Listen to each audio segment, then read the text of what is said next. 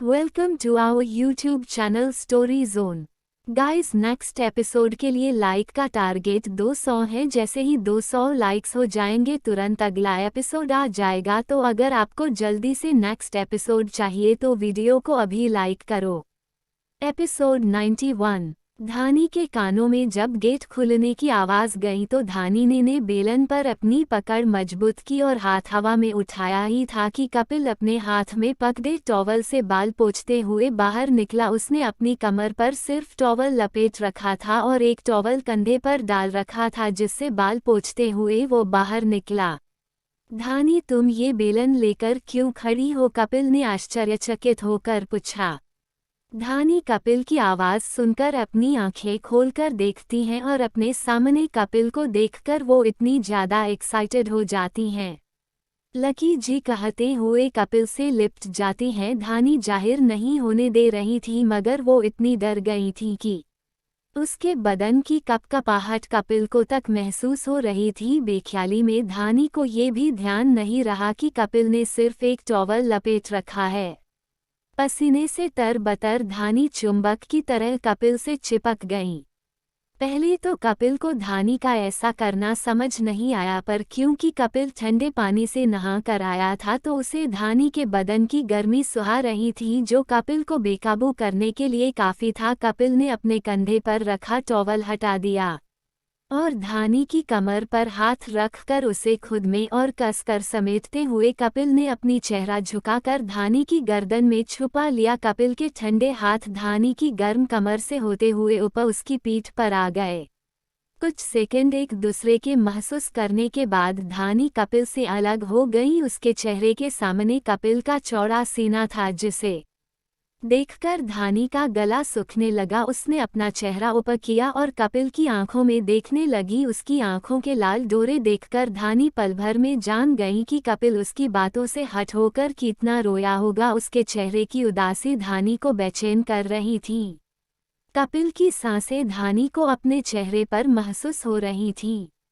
कपिल नजरें झुकाए धानी के चेहरे को देखता रहा। कैंडल की हल्की रोशनी उसके में गोरा चेहरा मोती की तरह चमक रही था। लकी ने धानी के बाल उसके चेहरे से हटाए जो पसीने के कारण धानी के चेहरे पर चिपके हुए थे। अब कहीं कपिल ने धानी को नजर भर देखा। इस वक्त धानी ने वही साड़ी पहन रखी थी जो कपिल दोपहर में उसके लिए लेकर आया था। कपिल ने ऊपर से नीचे तक धानी को देखा। मांग में सिंदूर, माथे पर बिंदी, आंखों में हल्का काजल, कान में ईयर, नाक में राउंड नोजपिन, होठों पर डार्क रेड लिपस्टिक, गले में वही मंगलसूत्र, डिप नेक ब्लाउज से झांकते क्लीवेज, हाथों में भरी हुई चूड़ियां। एक परफेक्ट नई नवेली लग रही थी धानी जो 16 सिंगार कर बैठी हो।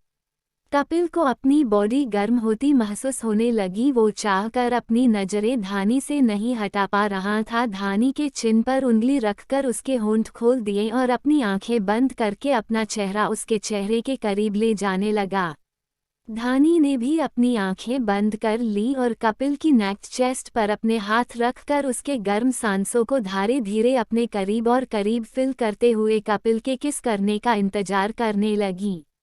जब दोनों के होंठों आपस में मिलने ही वाले थे कि सडनली कपिल को धानी का डिवोर्स मांगना याद आ गया। तो कपिल ने अपने इमोशंस पर काबू किया और अपना चेहरा धानी के कान के पास ले जाकर कहने लगा, तुम बेलन लेकर यहाँ क्या कर कहाँ थी? धानी कपिल के अचानक सवाल से अचकचा गई और एकदम से अपनी आंखें खोलकर कपिल से दूर खड़ी होकर बोली, मैं वो नहीं, मुझे लगा घर में चोर घुस गया है। धानी ने बच्चों सी मासूम शक्ल बनाकर कहा। व्हाट? पहली बात तुम कि बाहर बहुत सिक्योरिटी है और दूसरी बात तुम है। ऐसा कुछ लगा भी था तो तुम्हें किसी को कॉल करके इन्फॉर्म करना चाहिए, ना कि इस तरह रिस्क लेना चाहिए। कपिल ने धानी का नादानी पर नाराज होते हुए कहा। वो लकी जी, मेरा फ़ोन रूम में था तो और अंधेरे के कारण मैं थोड़ा डर गई तो मुझे लगा कि धानी को समझ नहीं आ रहा था कि वो क्या कहें। मगर कपिल ने उसकी बात काटकर कहा, उसे दोनों बाजुओं से पकड़कर अपने करीब करके कहा, अच्छा, और तुम्हें लगता है चोर तुम्हारे इस बेलन से डर जाता और तुमने सोचा है अगर मेरी जगह सच में चोर होता तो और वो तुम्हें कोई नुकसान पहुंचा देता तो तुम्हें कुछ हो जाता तो मेरा क्या होता सोचा है कभी, कपिल ने धानी को छूते हुए कहा। कपिल ने फ्लो में अपने दिल की बात कह दी, मगर जब उसे रियलाइज हुआ तो वो नजरें चुराते हुए बोला, मेरा मतलब है कि। वहीं दूसरी तरफ डॉक्टर साहब ने कनक के घर के बाहर गाड़ी रोकी और कनक उतरने लगी तो डॉक्टर साहब ने कनक का हाथ पकड़कर उसे रोक लिया। अंदर जाकर क्या कहने वाली हूँ, आंटी को टेलर का कह कर गई थी और डॉक्टर साहब के साथ रोनमास करके आई हो।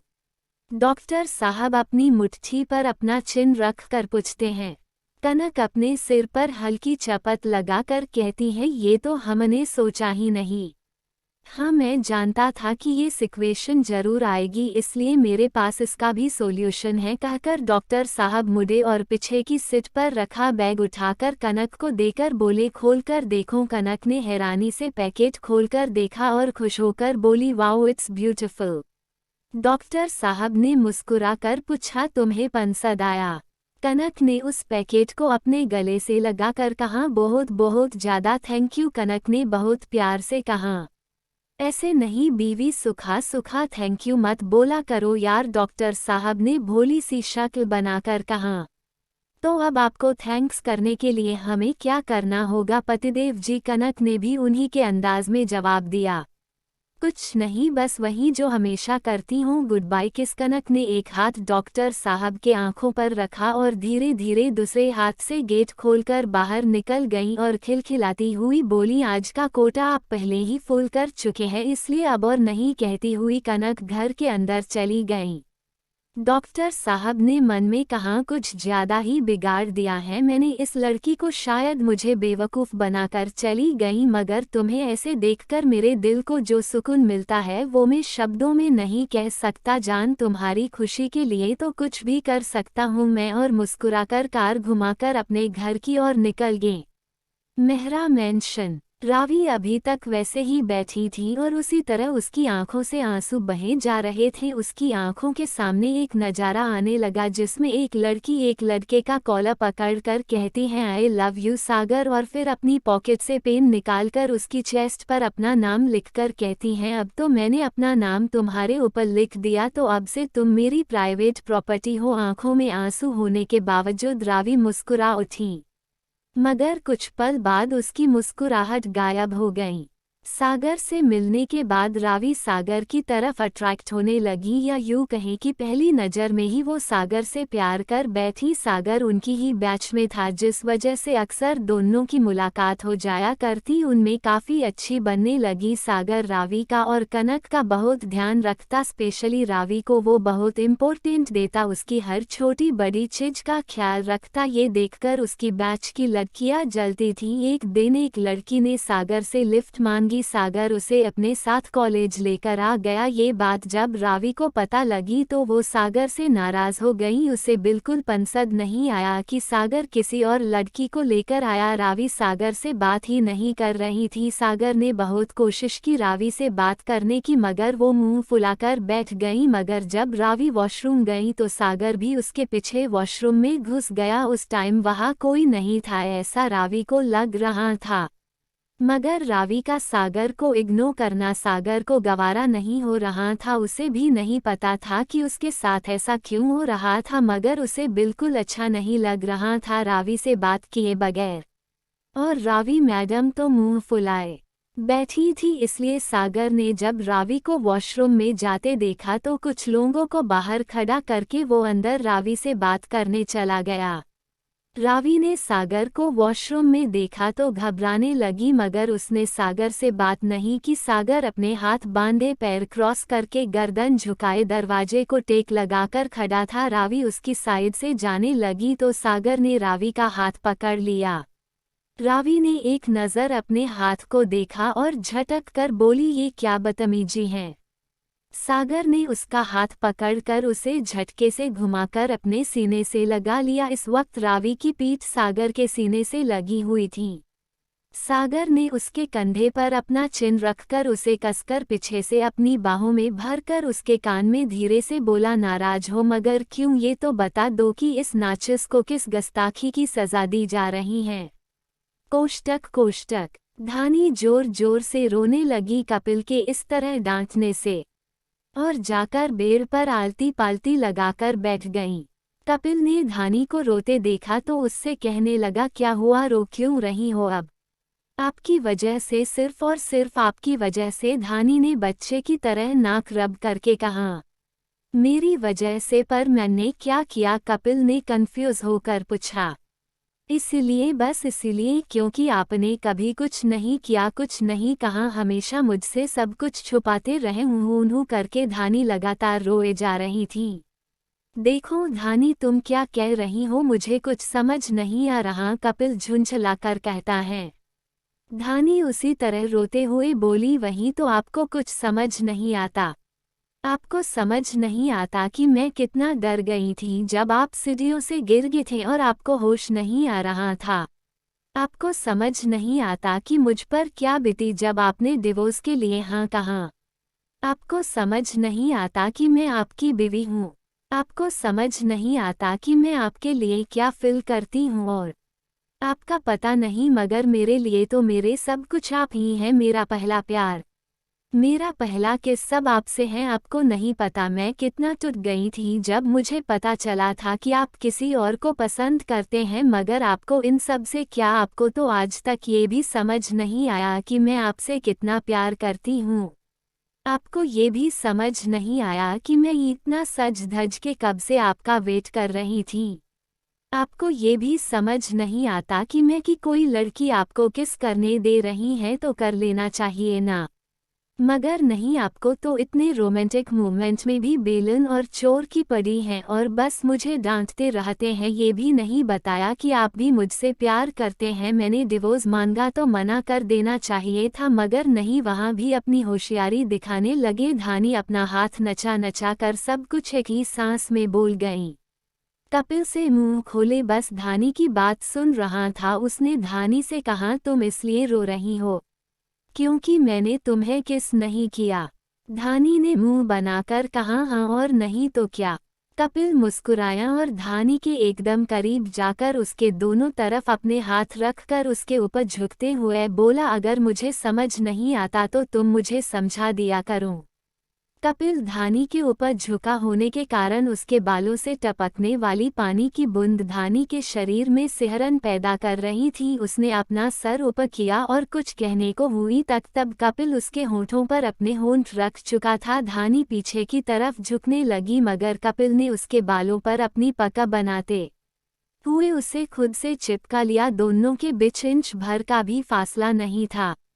एपिसोड 92। रावी ने कुछ नहीं कहा और सागर की पकड़ से छूटने को लिए झटपटाने लगी। सागर ने उसे कसमसाते देखा तो खुद ही उसे छोड़ दिया।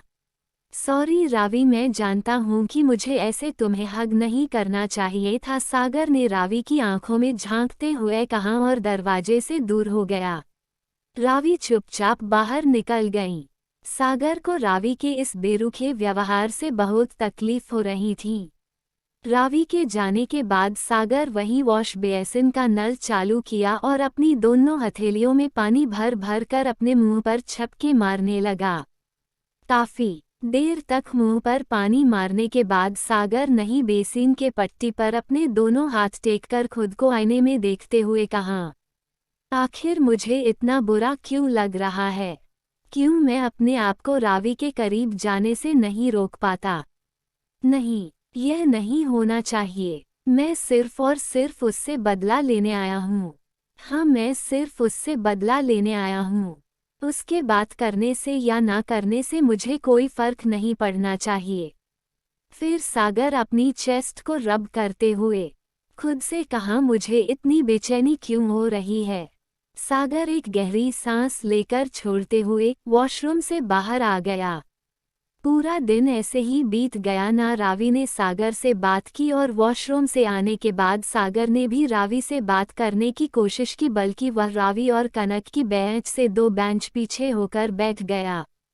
लेक्चर के वक्त रावी बार बार कभी अपनी बेक सहला रही थी तो कभी अपने टम्मी तो कभी अपनी बॉडी स्ट्रेच करने लगती। पीछे बैठा सागर ने लगातार रावी को नोटिस कर रहा था। उसे ये तो समझ आ रहा है रावी को कुछ तो प्रॉब्लम हो रही है, मगर क्या हो रही है? उसे नहीं पता था, इसलिए उसने जैसे ही लेक्चर खत्म हुआ उसने कनक को बुक्स का बहाना बनाकर लाइब्रेरी में बुलाया और वेट करने को कहा। रावी कनक के साथ नहीं गई क्योंकि वो सागर से नाराज थी और उसका सामना नहीं करना चाहती थी, तो वो क्लास में ही बेंच पर हाथ फोल्ड कर हेड डाउन करके बैठी रहीं। क्लासरूम खाली होने के बाद सागर क्लास में आया। वैसे तो खुद रावी से बात नहीं करना चाहता था, लेकिन जब उसने देखा कि रावी की तबीयत ठीक नहीं है तो वो खुद को रावी के पास आने से और उससे पूछने से रोक नहीं पाया। सागर रावी के पास खड़े होकर उससे पूछता, क्या हुआ, कोई दिक्कत है क्या, तुम्हारी तबीयत ठीक नहीं है? रावी ने सिर ऊपर नहीं किया और सागर को वैसे जवाब दिया, आई एम फाइन, ऐसी कोई बात नहीं है। मगर फिर भी सागर नहीं माना और उसकी कलाई पकड़कर रावी की हथेली खोलते हुए बोला, अगर तुम्हें कोई दिक्कत नहीं है तो तुम टैबलेट किस चीज़ के लिए ले रही हो? एक्चुअली रावी का पीरियड आया हुआ था जिस वजह से उसे पेट और कमर में दर्द हो रहा था, मगर ये बात वो सागर को नहीं बता सकती थी। वो एक्चुअली मेरे सर में दर्द हो रहा है इसलिए पेन किलर है, रावी ने हिचकिचाकर कहा और बैग से पानी की बोतल निकालकर एक घूंट पानी मुंह में भर लिया और टैबलेट मुंह में डालने ही वाली थी कि सागर ने वो टैबलेट रावी से छीनकर अपनी मुट्ठी में बंद कर ली और हाथ बांधकर बोला, are you having the time of month? Ravi के मुंह से सारा पानी एक बार में बाहर आ गया। सागर की बात सुनकर वो हैरानी से मुंह खोले सागर को देखने लगी। उसने मन में सोचा, इसे कैसे पता चला कहीं मेरे कपड़े तो? ये ख्याल आते ही रावी जल्दी से खड़ी हुई और अपने कपड़े चेक करने लगी। जब उसे ये तसल्ली हो गई कि उसके कपड़े गंदे नहीं हुए तो वो सागर के तरफ मुड़ी और उससे बोली, मुझे वो दवाई वापस दो। नहीं, तुम वो दवाई नहीं ले सकती, it's not good for health, Sagar ने पेन किलर डस्टबिन में फेंकते हुए कहा। सागर, रावी चिल्लाई, ये क्या किया तुमने, उसे फेंका क्यों? बट रावी, वो दवाइयाँ सेहत के लिए अच्छी नहीं होती हैं और पीरियड के टाइम पेन किलर खाने से यूट्रस को नुकसान होता है, तुम में इतना कॉमन सेंस नहीं है, सागर ने भी चिल्लाकर कहा। तो रावी उसे घूरने लगी और मन में बोली, होता कौन है ये मुझे रोकने वाला, अब तो मैं पेन किलर खाऊंगी। और इसके सामने रावी ने बैग से दूसरी पेन किलर निकाली और मुंह में डालने लगी तो सागर ने उसका हाथ पकड़कर कहा, मैं तुम्हें मना कर रहा हूँ और तुम मान क्यों नहीं रही हो? क्यों मानूं मैं तुम्हारी बात? नहीं मानना मुझे। और दूसरे हाथ में दवाई लेकर जल्दी से मुंह में डाल ली और पानी पीने ही वाली थी कि सागर रावी के मुंह में उंगली डालकर दवाई निकालने की कोशिश करने लगा। रावी ने सागर की उंगली अपने दांतों के बीच दबा ली। सागर को अपनी उंगली में दर्द हो रहा था, मगर फिर भी सागर ने अपनी उंगली बाहर नहीं निकाली। आखिर में हारकर रावी ने ही दवाई थूक दी और वापस जाकर बेंच पर अपनी कमर पकड़कर बैठ गई। सागर रावी के पीछे बैठकर उसकी कमर को हल्के हल्के दबाने लगा। रावी बार बार सागर का हाथ अपनी कमर से हटा देती, मगर सागर फिर भी उसकी कमर पर मसाज करता रहा। रावी को सागर की हथेलियों की गर्माहट अच्छी लग रही थी। रावी को बहुत राहत मिल रही थी। सागर के इस तरह दबाने से उसने बिना सोचे समझे कह दिया, यू नो वॉट सागर, तुम्हारे हाथों में जादू है, बहुत आराम लग रहा है। हम पता है, सागर ने रावी के शोल्डर दबाते हुए कहा, मगर मुझे ये नहीं पता कि तुम नाराज क्यों हो। अब जाकर रावी को याद आया कि वो तो सागर से मुंह फुलाकर बैठी हैं। उसने उठते हुए कहा, मैं जा रही हूँ, कनक वेट कर रही होगी मेरा। सागर ने उसका हाथ पकड़ लिया और उसे रोकते हुए बोला, पहले तुम मेरी बात का जवाब दो। सुबह से बात क्यों नहीं कर रही तुम मुझसे? मेरी तबीयत ठीक नहीं थी इसलिए, रावी ने अपना हाथ छुड़ाकर कहा। तभी उन दोनों को बाहर से किसी के आने की आवाज़ आई तो रावी बाहर निकल ही रही थी कि सागर ने उसे कमर से पकड़कर गेट के पीछे खड़ा हो गया और रावी को चुप होने का इशारा किया। वो कनक थी जो बहुत देर से लाइब्रेरी में सागर का वेट कर रही थी, मगर सागर नहीं आया तो रावी को देखने क्लासरूम में आ गई, मगर क्लास में भी उसे कोई नहीं दिखा तो वो दूसरी तरफ देखने चली गई।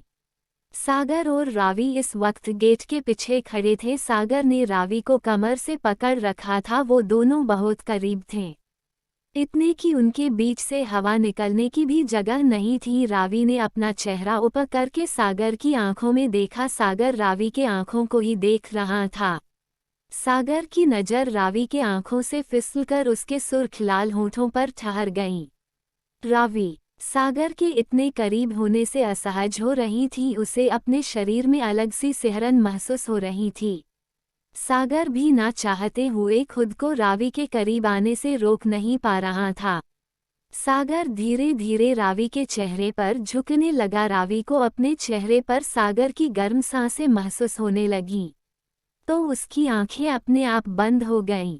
सागर ने अपने लेफ्ट हाथ से रावी की गर्दन को थामते हुए रावी के होठों को अपने होठों के बीच दबा लिया और उसे सॉफ्ट किस करने लगा। रावी के दोनों हाथ सागर की चेस्ट पर थे और सागर का एक हाथ रावी के गर्दन और दूसरा हाथ उसकी कमर पर था। दोनों की ही आंखें बंद थीं। सागर हल्के हल्के अपनी उंगलियों से रावी की कमर सहला रहा था।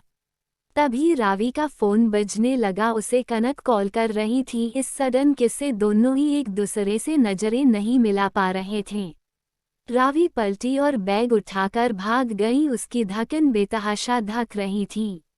रावी पलटी और बैग उठाकर भाग गई। उसकी धड़कन बेतहाशा धक रही थी। वहीं सागर भी रावी के साथ हुई इस सडन किस से शॉक्ड में था। उसके हाथ अपने आप ही उसके होठों पर चले गए और वो मुस्कुराने लगा। अचानक ही उसकी मुस्कुराहट भयानक हो गई और सागर जोर जोर से हंसने लगा। हा हा हा। हंसते हंसते वो अपने होठों को छूकर बोला, आखिर मुझ पर भी अपना जादू चला ही दिया तुमने मिस रावी। मगर मैं भी कम नहीं हूँ। इस बार इस खेल में हार तुम्हारी होगी। बहुत मजा आएगा तुम्हारे साथ खेलने में। हा हा हा हा कहकर सागर फिर शैतान की तरह हंसने लगा। दिल तो करता है अपनी पलकों पर बैठा कर रखूं तुम्हें, मगर जो तुमने मेरे चिकू के साथ किया, उसके बाद तो मैं तुम्हारा वो हश्र करूंगा कि तुम दोबारा किसी के साथ ऐसा करना तो दूर करने के बारे में सोच भी नहीं सकती।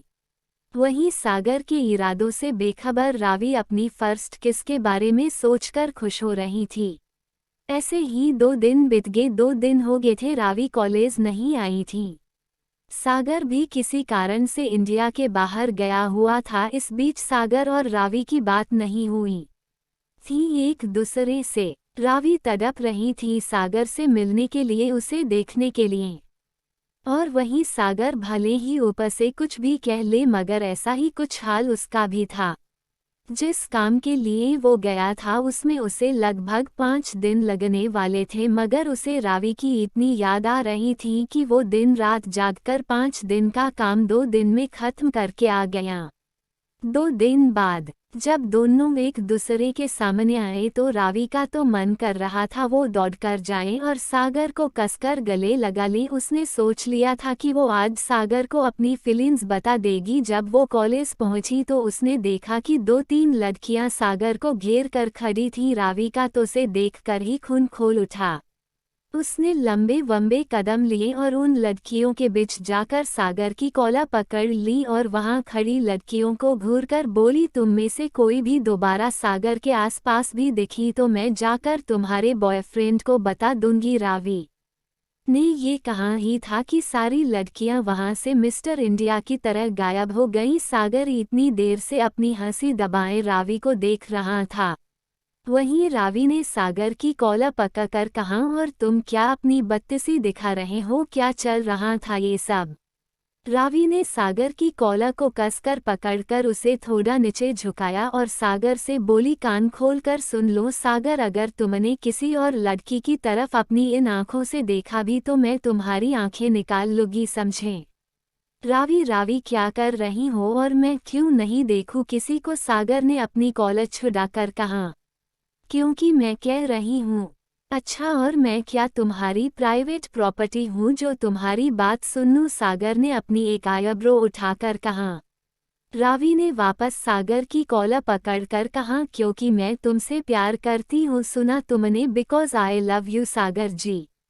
और अपनी पॉकेट से पेन निकालकर सागर की चेस्ट पर अपना नाम लिखकर बोली, लो अब तो होगी तुम मेरी प्राइवेट प्रॉपर्टी, कहकर रावी ने सागर के गाल पर किस किया और उसकी कॉलर छोड़ दी। सागर ने अपनी कमर पर हाथ रखकर कहा, ये तुम मुझे प्रपोज कर रही थी या धमका रही थी? तुम्हें जो समझना है समझो, मगर मेरी वार्निंग याद रखना, इसे धमकी तो बिल्कुल मत समझना, रावी ने चुटकी बजाकर कहा। सागर ने मन में कहा, नहीं रावी, बिल्कुल भी नहीं, क्योंकि मैं जानता हूं कि तुम मजाक तो नहीं कर रही। सागर ने मन में कहा, नहीं रावी, बिल्कुल भी नहीं, क्योंकि मैं जानता हूं कि तुम मजाक तो नहीं कर रही। क्योंकि तुम्हारे प्यार के दावे के बारे में तो नहीं, मगर तुम्हारी धमकी के बारे में मैं बखूबी जानता हूँ। एपिसोड 93। सागर को सोच में डूबा देख रावी ने उसके सामने चुटकी बजाकर कहा, क्या सोच रहे हो? यही ना कि एक लड़की होकर भी मैंने तुम्हें प्रपोज किया तो जवाब दूं, हाँ कहूँ या ना? तो डोंट वरी, कोई जल्दी नहीं है, सोच लो फिर जवाब देना कि तुम्हें क्या कहना है। हाँ कहोगे तो मंजूर, ना कहोगे तो मैं तब तक तुम्हारा इंतजार करूंगी जब तक तुम हाँ नहीं कहते, कहकर रावी जाने लगी। वो 2 ही कदम चली होगी कि सागर ने उसका हाथ पकड़ लिया और बोला, जवाब तो सुनती जाओ। रावी की सांसें रुक गई थी, मगर फिर भी उसने अपनी आंखों को बंद कर लिया। सागर घूमकर रावी के सामने आकर खड़े हो गया और रावी की बंद पलकों को देखकर मुस्कुराकर मन में सोचने लगा, कौन कहेगा कि इस मासूम चेहरे के पीछे कितनी शातिर लड़की है। अगर मैं इसकी सच्चाई नहीं जानता होता तो मैं भी धोखा खा जाता और समझता कि ये मुझसे प्यार करती है, लेकिन मैं जानता हूँ रावी कि तुम ये सब क्यों कर रही हो। अब मैं तुम्हें तुम्हारे ही खेल में मात दूंगा। सागर यही सब सोच रहा था कि तभी रावी की आवाज आई, बोलो भी या मुहूर्त निकलवाऊं? सागर ने रावी के माथे पर किस करके कहा, I love you too Ravi. Ravi ने जैसे ही सागर का जवाब सुना सागर से लिपट गई। सागर रावी के सिर पर हाथ फैलते हुए रावी के चेहरे को निहारने लगा। रावी एक्साइटेड होकर बोली, मैं कनक को बता कर आती हूँ। सागर ने रावी को रोकते हुए कहा, अरे अरे बता देना, इतनी भी क्या जल्दी है, हम दोनों मिलकर कनक को सब बताएंगे, मगर जब मैं कहूँगा तब तक प्रॉमिस करो तुम किसी को कुछ नहीं बताओगे। मगर सागर, कनक मेरी, प्लीज रावी, क्या तुम मेरी इतनी सी रिक्वेस्ट नहीं मान सकती प्लीज? सागर ने कहा, ओके ओके, मगर मैं ज्यादा दिन कनक से बात छुपा नहीं पाऊंगी, रावी ने मुंह बनाकर कहा। हाँ ठीक है, कहकर सागर ने रावी को गले लगा लिया। रावी ने भी सागर की कमर पर अपनी बाहें लपेट ली। सागर ने रावी को रोकते हुए कहा, अरे अरे बता देना, इतनी भी क्या जल्दी है, हम दोनों मिलकर कनक को सब बताएंगे, मगर जब मैं कहूँगा तब तक प्रॉमिस करो तुम किसी को कुछ नहीं बताओगे। मगर सागर, कनक मेरी, प्लीज रावी, क्या तुम मेरी इतनी सी रिक्वेस्ट नहीं मान सकती प्लीज? सागर ने कहा, ओके ओके, मगर मैं ज्यादा दिन कनक से बात छुपा नहीं पाऊंगी, रावी ने मुंह बनाकर कहा। हाँ ठीक है, कहकर सागर ने रावी को गले लगा लिया। रावी ने भी सागर की कमर पर अपनी बाहें लपेट ली। अब तो रावी की सुबह सागर से थी और रात भी, दोनों दिन भर कॉलेज में साथ रहते और रात भर फोन पर बातें करते। इतने सब के बाद भी सागर ने भी रावी के परिवार के बारे में जानने की कोशिश नहीं की। उसे बस ये पता था कि रावी के परिवार में कौन कौन है, इससे ज्यादा वो कुछ नहीं जानता था। मगर कहीं ना कहीं सागर रावी से प्यार करने लगा था, बेइंतहा प्यार, बस वो ये मानने को तैयार नहीं था, लेकिन रावी उसके लिए उतनी ही जरूरी थी जितना एक उसकी की सांसें। एक दिन रावी रात को सबके सोने के बाद सागर को कॉल कर रही थी, मगर वो कॉल पिक नहीं कर रहा था। रावी के पास किसी और का नंबर भी नहीं था कि वो पता लगाए कि बात क्या है, क्योंकि रावी जब भी सागर की फैमिली के बारे में पूछती सागर बातें घुमा देता। इसलिए रावी के पास ना तो सागर के पास पहुंचने का दूसरा जरिया था, ना ही किसी का नंबर। रावी को अब बेचैनी होने लगी, वो पूरे कमरे में इधर से उधर टहलने लगी। 2 घंटे तक लगातार उसने सागर का कॉल ट्राई किया, मगर सागर कॉल पिक कर ही नहीं रहा था। अब रावी की आंखों से आंसू बहने लगे, उसे किसी अनहोनी की आशंका सताने लगी। वहीं दूसरी तरह एक 5 स्टार होटल के बड़े से प्राइवेट रूम में एक गोल टेबल के चारों तरफ बैठे 4 लोग किसी बात पर गंभीर चर्चा कर रहे थे। टेबल पर महंगी महंगी डिश और एक से बका एक महंगी शराब और वाइन की बोतलें रखी थीं। उनमें से एक आदमी बोला, नाइस मी सिन्हा, आपकी सोच का तो जवाब ही नहीं। क्या सही प्लान तैयार किया है आपने? आपके आइडिया लाजवाब है, हमें ये दिल मंजूर है। क्या कहते हो मी? चड्डा, हाँ हाँ मी रॉय, आप कभी कोई गलत डिसीजन नहीं लेते, हमें भी मंजूर है। सागर के चेहरे पर जीत की स्माइल आ गई। ये उसका इंडिया में सबसे बड़ा प्रोजेक्ट होने वाला था। उन चारों ने एक दूसरे से हाथ मिलाया और अपने अपने शराब की गिलास उठाकर एक दूसरे को चेयर्स करके पीने लगे। वही अब रावी का रो रो कर बुरा हाल हो गया था। उसने दोबारा कॉल ट्राई किया तो फोन किसी लड़की ने उठाया। लड़की की आवाज़ सुनकर रावी के हाथ से फोन छूटते छूटते बचा। रावी का दिल तेजी से धड़कने लगा। उसने जैसे तैसे हिम्मत करके पूछा, सागर कहाँ है सर? तो हो वो लड़की कह ही रही थी कि सागर ने उसके हाथ से फोन छीन लिया और उसे इशारे से जाने को कहा।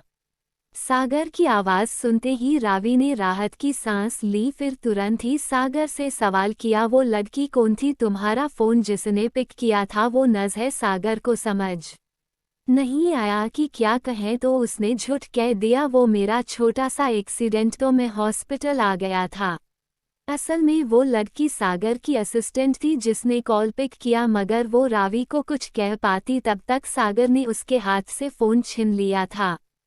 रावी ने धीरे से कहा, एक्सीडेंट हॉस्पिटल को? कौन से हॉस्पिटल में हो तुम? मैं आ रही हूँ वहीं तुम्हारे पास, रावी ने रोते हुए कहा।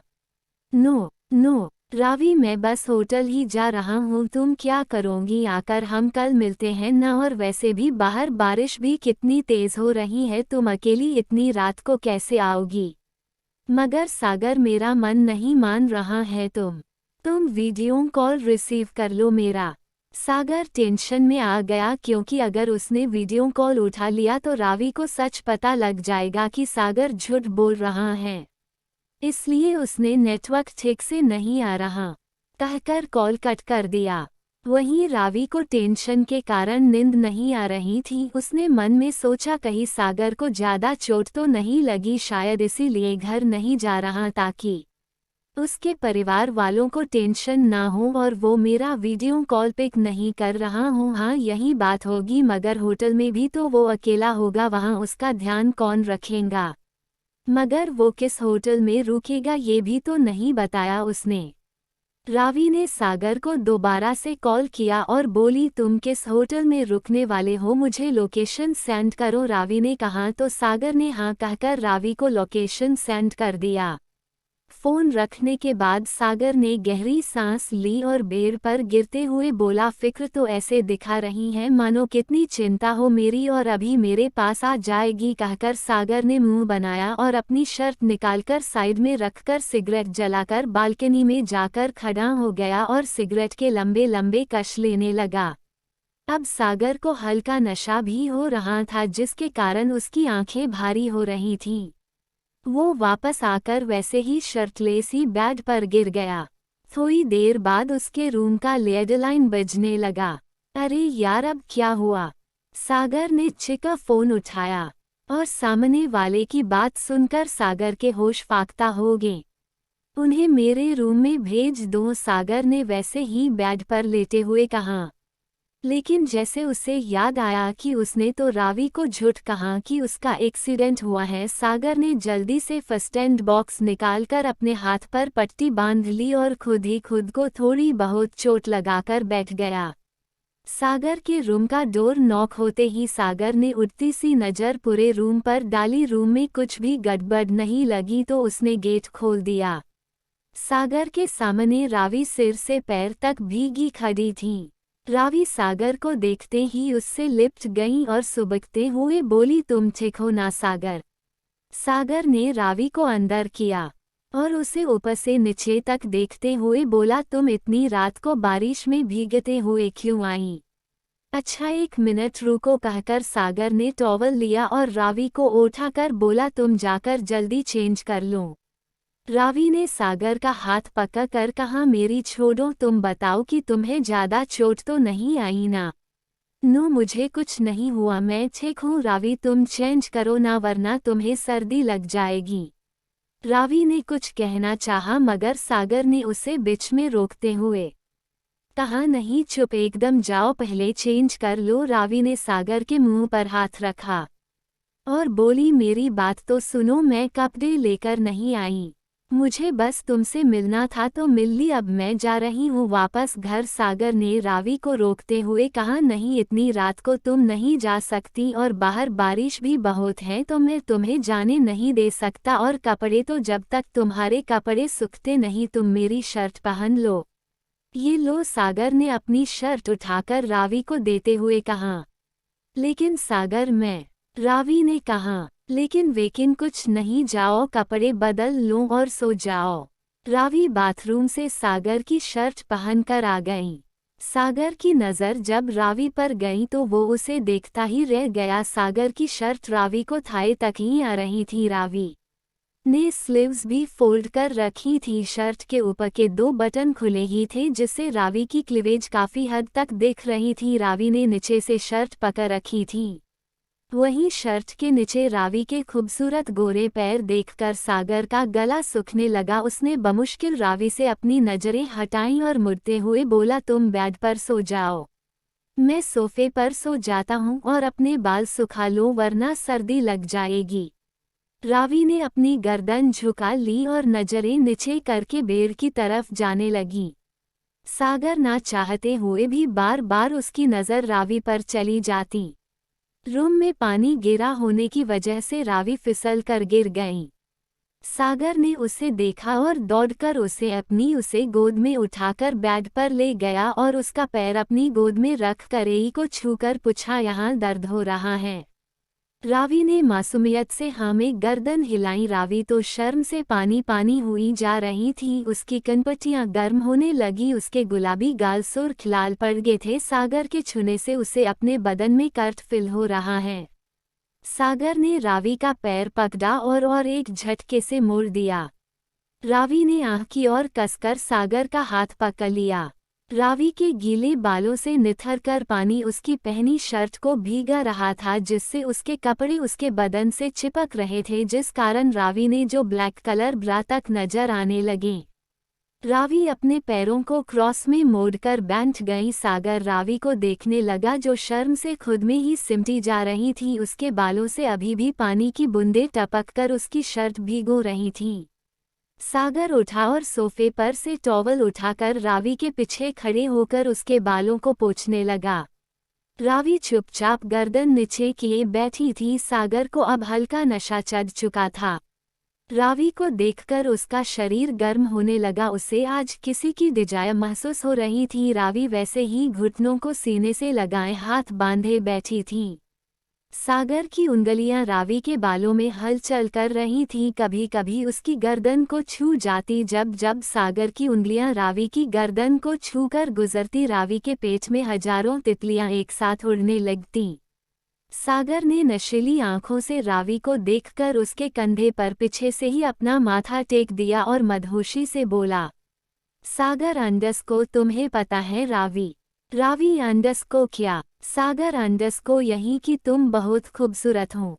रावी ब्लश करने लगी। सागर ने रावी के इर्द गिर्द अपनी बाहें लपेटकर रावी को खुद में समेटते हुए उसके कान में धीरे से कहा, आई लव यू रावी।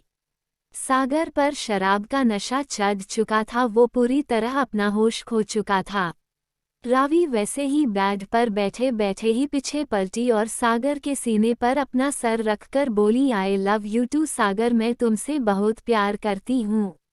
सागर रावी की खुशबू से बहका रहा थी। उसने रावी का चेहरा अपनी हथेलियों में लिया और उसे किस करने के लिए उसके होठों की तरफ बढ़ने लगा। रावी को सागर की सांसों में थोड़ी शराब और थोड़ी सिगरेट की मिली जुली खुशबू आने लगी। रावी ने सागर को पीछे करते हुए पूछा, सागर तुमने ड्रिंक की है? सागर ने बहके हुए अंदाज में कहा, नहीं बेबी, ये तो तुम्हारे प्यार का नशा है जो आज मुझे बहकने पर मजबूर कर रही है। रावी को घबराहट होने लगी। वो सागर की पकड़ से छूटने की कोशिश करते हुए बोली, आई थिंक अब मुझे जाना चाहिए, मेरे कपड़े भी सूख गए हैं अब तो। रावी ने डरी हुई नजरों से सागर को देखकर कहा। रावी को अब सागर से डर लग रहा था, क्योंकि जो सागर को वो जानती थी और जो सागर उसके सामने था, दोनों ही बिल्कुल अलग थे। रावी को लगा जैसे वो इस सागर को जानती ही ना हो। रावी थोड़ा पीछे सरक गई सागर से, मगर सागर तो जैसे कुछ सोचने समझने की हालत में ही नहीं था। सागर ने रावी के दोनों पैर अपने दोनों हाथों से पकड़े और उसे खींचकर अपने करीब कर लिया। उसने रावी के दोनों हाथ मुड़कर उसकी पीठ से लगा दिए और उसके होठों को अपने होठों की गिरफ्त में लेकर बेतहाशा चूमने लगा।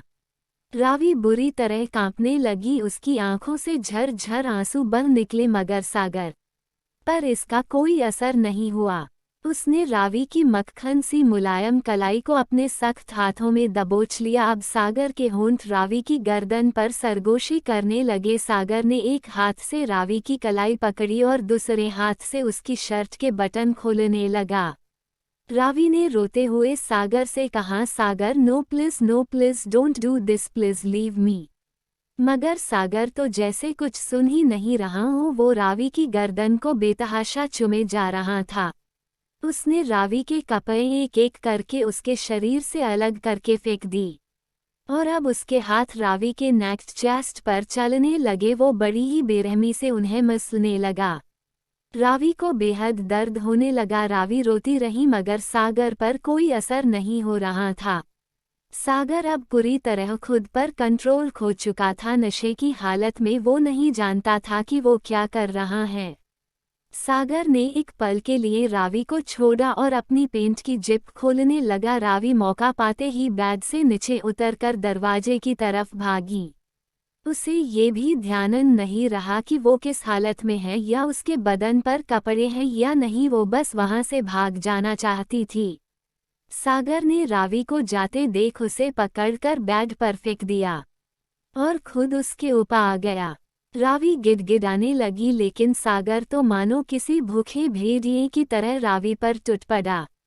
उसने रावी की कलाई को अपने एक हाथ में पकड़कर उसके सर के ऊपर करके कसकर बेड में धंसा दिया और दूसरे हाथ से उसकी टांगों को अलग करके उसके ऊपर आ गया। अब तक रावी थक चुकी थी। सागर से लते लते अब उसके शरीर में बिल्कुल ताकत नहीं थी कि वो सागर को खुद से दूर कर सके। फिर भी उसने आखिरी बार सागर से रोते हुए कहा, सागर प्लीज लीव मी, मेरे प्यार की ये सजा मत दो। सागर ने रावी की आंखों में देखा तो उसकी आंसुओं से भरी आंखें देखकर दया आ गई, मगर अब उसके लिए खुद को रोक पाना नामुमकिन था। सागर ने झुककर रावी के होठों पर अपने होंठ रखे और एक झटके से रावी में समा गया। रावी को तेज दर्द के साथ कुछ जलता सा अपने अंदर महसूस हुआ और उसकी घुटी घुटी हुई चीख निकली, जो सागर के होठों ने दबा दी और आंखों के कोनों से आंसू बह निकले। अब रावी ने अपनी आंखें बंद कर ली और सागर की मनमानी बर्दाश्त करने लगी। लगभग 1 से 1.5 घंटे तक रावी की सिसकियां और सागर की तेज सांसें उस कमरे में गूंजती रहीं। जब सब कुछ शांत हुआ तो सागर थककर रावी के ऊपर ही सो गया। रावी तो आधी बेहोशी की हालत में आ चुकी थी। उसके लिए ये सब पहली बार था, मगर उसने कभी अपने बुरे सपने में भी नहीं सोचा था कि ये सब इतना भयानक और दर्दनाक होगा, और वो इंसान करेगा जिसे वो अपनी जान से ज़्यादा चाहेगी, जिससे वो बेपनाह मोहब्बत करेगी, वो इंसान उसके साथ ऐसा कुछ करेगा। सुबह जब सागर की नींद खुली तो उसे कुछ अजीब सा महसूस हुआ। उसका सर भारी हो रहा था। सागर को अपने पास किसी के होने का एहसास हुआ। उसने गर्दन घुमाकर देखा तो रावी उसकी तरफ पिट करके सोई थी। उसके पूरी पिठ पर रेड पर्पल निशान पड़ चुके थे। रावी ने करवट ली तो उसके मुंह से हल्की सी आह निकल गई। उसका चेहरा पूरा मुरझा चुका था और कमरे की हालत रात की सारी कहानी बयां कर रही थी। सागर जल्दी से उठा और अपने कपड़े पहनकर सीधे होटल से बाहर निकल गया, रावी को अकेला उस रूम में छोड़कर। कुछ देर बाद रावी बमुश्किल अपनी आंखें खोल पाई। उसके सामने रात का नज़ारा आ गया। वो डर से खुद में खुद को समेटे बेड के एक कोने में बैठ गई। वहीं सागर जब अपने घर पहुंचा तो वो अपने हाथ की पट्टी निकालना भूल गया। तुषार हॉल में ही बैठ कप नाश्ता कर रहा था। उसने सागर को आते देखा और उसके हाथ में पट्टी बंदी देखकर वो भूल ही गया कि वो अंधे रहने का नाटक कर रहा है। उसने सागर का हाथ अपने हाथ में लेकर कहा, भाई आपके हाथ को क्या हुआ, आपके हाथ में ये पट्टी कैसी? वो कुछ न कहते कहते सागर रुक गया और हैरानी से तुषार को देखने लगा। उसने तुषार से पूछा, एक मिनट, तुझे कैसे पता चला कि मेरे हाथ में पट्टी बंधी है? तू तो देख नहीं। तुषार नजरें चुराने लगा। वो भाई, वो मैं उसे ऐसे नजरें चुराते देख सागर ने उसके कंधे पकड़े और उसे झकझोरते हुए बोला, बोल Chiku, tell me the truth idiot. Sagar का दिल बैठा जा रहा था। तुषार ने सागर को सारी सच्चाई बता दी। सागर वहीं सोफे पर अपना सर पकड़कर बैठ गया और तुषार से बोला, ये क्या किया चिकू तूने अपने ईगो के चलते मुझसे पाप करवा दिया। उसकी आंखों के सामने रावी का रोना, गिड़गिड़ाना और सुबह का मुरझाया चेहरा आने लगा। वो उठा और तेज कदमों से बाहर चला गया। तुषार ने पीछे से आवाज लगाई, भाई भाई कहाँ जा रहे हैं आप? एपिसोड 94। सागर रुका और पीछे मुड़कर तुषार को अपनी जलती आंखों से देखकर उंगली दिखाकर बोला, चुप, एकदम चुप, तुझसे तो मैं बाद में निपटूंगा, पहले रावी से बात करना होगा। कहते हुए सागर बाहर निकल गया। सागर जब होटल रूम में वापस आया तो रावी वहां नहीं थी। सागर ने बाथरूम चेक किया, रावी वहां भी नहीं थी। तभी सागर की नज़र बेड पर पड़ी।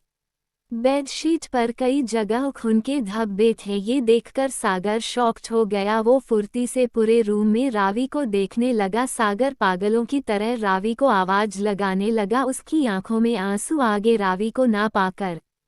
उसने जोर से चिल्लाकर कहा, रावी। उसकी आवाज में दर्द था। सागर घुटनों के बल बैठकर फुट-फुट कर रोने लगा और रावी चिल्लाने लगा। अचानक उसे कुछ ख्याल आया तो वो उठकर होटल को बाहर भागा, मगर होटल के बाहर लोगों की भीड़ देखकर उसने उस तरफ देखा जहां सब लोग देख रहे थे। उधर देखते ही सागर की आंखें हैरानी से फैल गईं। वहां रावी छत की मुंडेर पर बेजान सी खड़ी थी। उसे देखकर लग रहा था जैसे वह किसी भी पल नीचे कूद जाएगी। सागर ने आव देखा ना ताव देखा, सीधे ऊपर की तरफ भागा। जैसे ही रावी के पास पहुंचा उसने उसे पकड़कर नीचे खींच लिया और उसकी दोनों बांह पकड़कर चिल्लाते हुए बोला, पागल हो गई हो क्या? क्या करने जा रही थी? तड़ाकक रावी ने सागर को देखकर उसके सीने पर हाथ रखकर उसे खुद से दूर कर एक जोरदार थप्पड़ उसे रसीद कर दिया। तुमने मेरे लिए कोई और रास्ता छोड़ा है क्या? रावी ने बिलखते हुए कहा। देखो रावी, मेरी बात तो सुनो, सागर ने रिक्वेस्ट करते हुए कहा। तुमने सुनी मेरी बात जब मैं तुम्हारे सामने गिरी गा रही थी? रावी को समझाने के लिए सागर ने कहा, मैं मानता हूँ कि मुझसे गलती हुई है, मगर जो भी हुआ वह मैंने जानबूझकर नहीं किया। मैं उस वक्त नशे में था। फिर भी मैं सारी जिम्मेदारी लेने के लिए तैयार हूँ।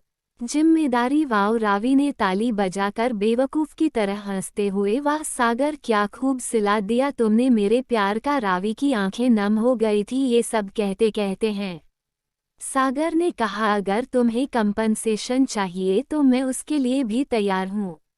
वाह वाह! तो मिस्टर सागर, आप मुझे कंपनसेशन देंगे, मुझे कंपनसेट करेंगे मुझे, तो आप अब मुझे अपने साथ सोने की कीमत देना चाहते हो?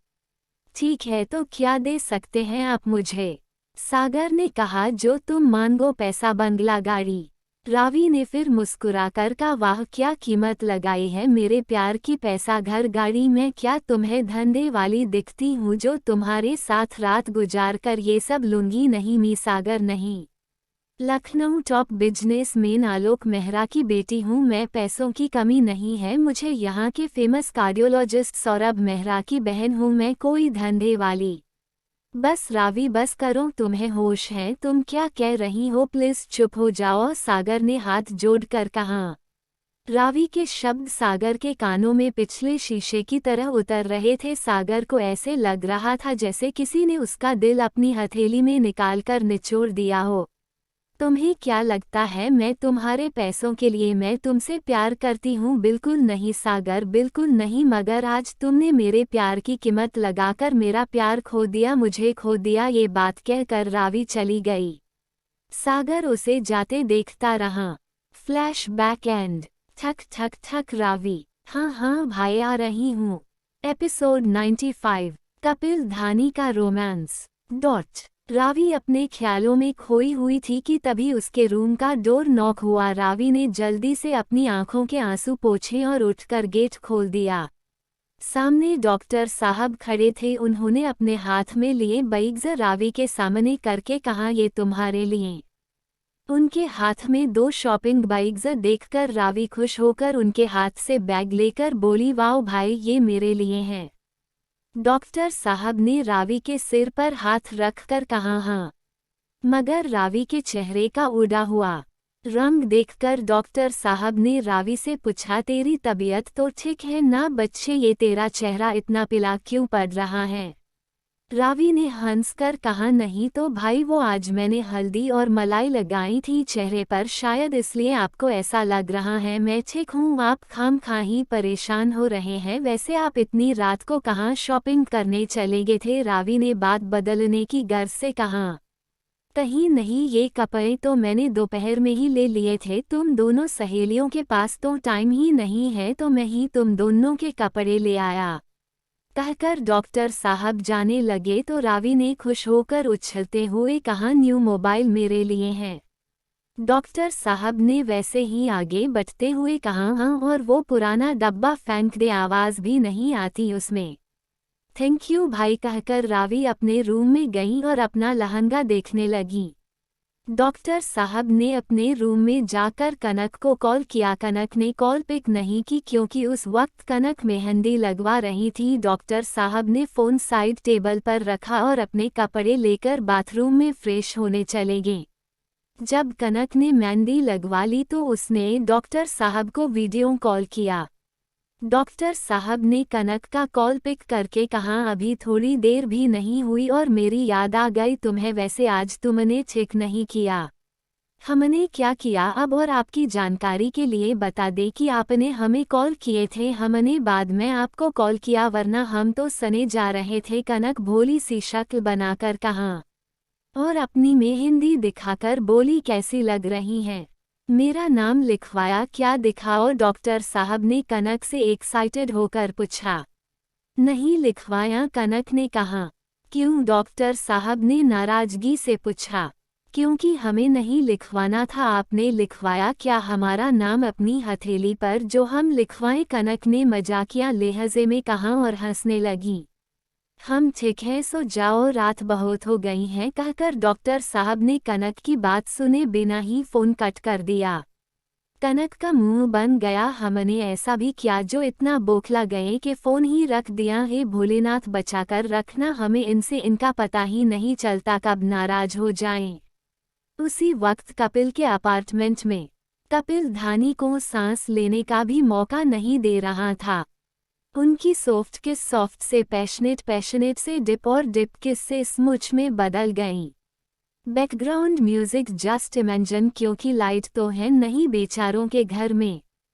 दिल मांग रहा है मोलेट तेरा साथ धड़कने की। धानी कपिल को रोकना नहीं चाहती थी, मगर अब उससे सांस नहीं लिए जा रही थी। कपिल को भी एहसास हो गया था कि धानी को सांस लेने में दिक्कत हो रही है, इसलिए वो होले से धानी के होठों से अलग होकर उसके गाल पर किस करते हुए गर्दन पर आ गया। वहीं धानी तेज तेज सांसें लेने लगी। कपिल ने एक हाथ से धानी की साड़ी को पल्लू उसके कंधे से उतार दिया और उसके खुले पेट पर हाथ फेरते हुए उसकी गर्दन पर किस कम बाइट करने लगा। धानी बस अपनी मुट्ठियां भींचे कपिल को महसूस कर रही थी। कपिल के हाथ धानी के पेट से ऊपर धानी के ब्रेस्ट पर हलचल करने लगे। कपिल धीरे धीरे उन्हें दबाने लगा। धानी के लिए ये एहसास बिल्कुल अलग, बिल्कुल नया था। उसे शर्म भी आ रही थी और अच्छा भी लग रहा था। वो अपनी आंखें बंद किए कपिल के हर मूवमेंट को एंजॉय कर रही थी।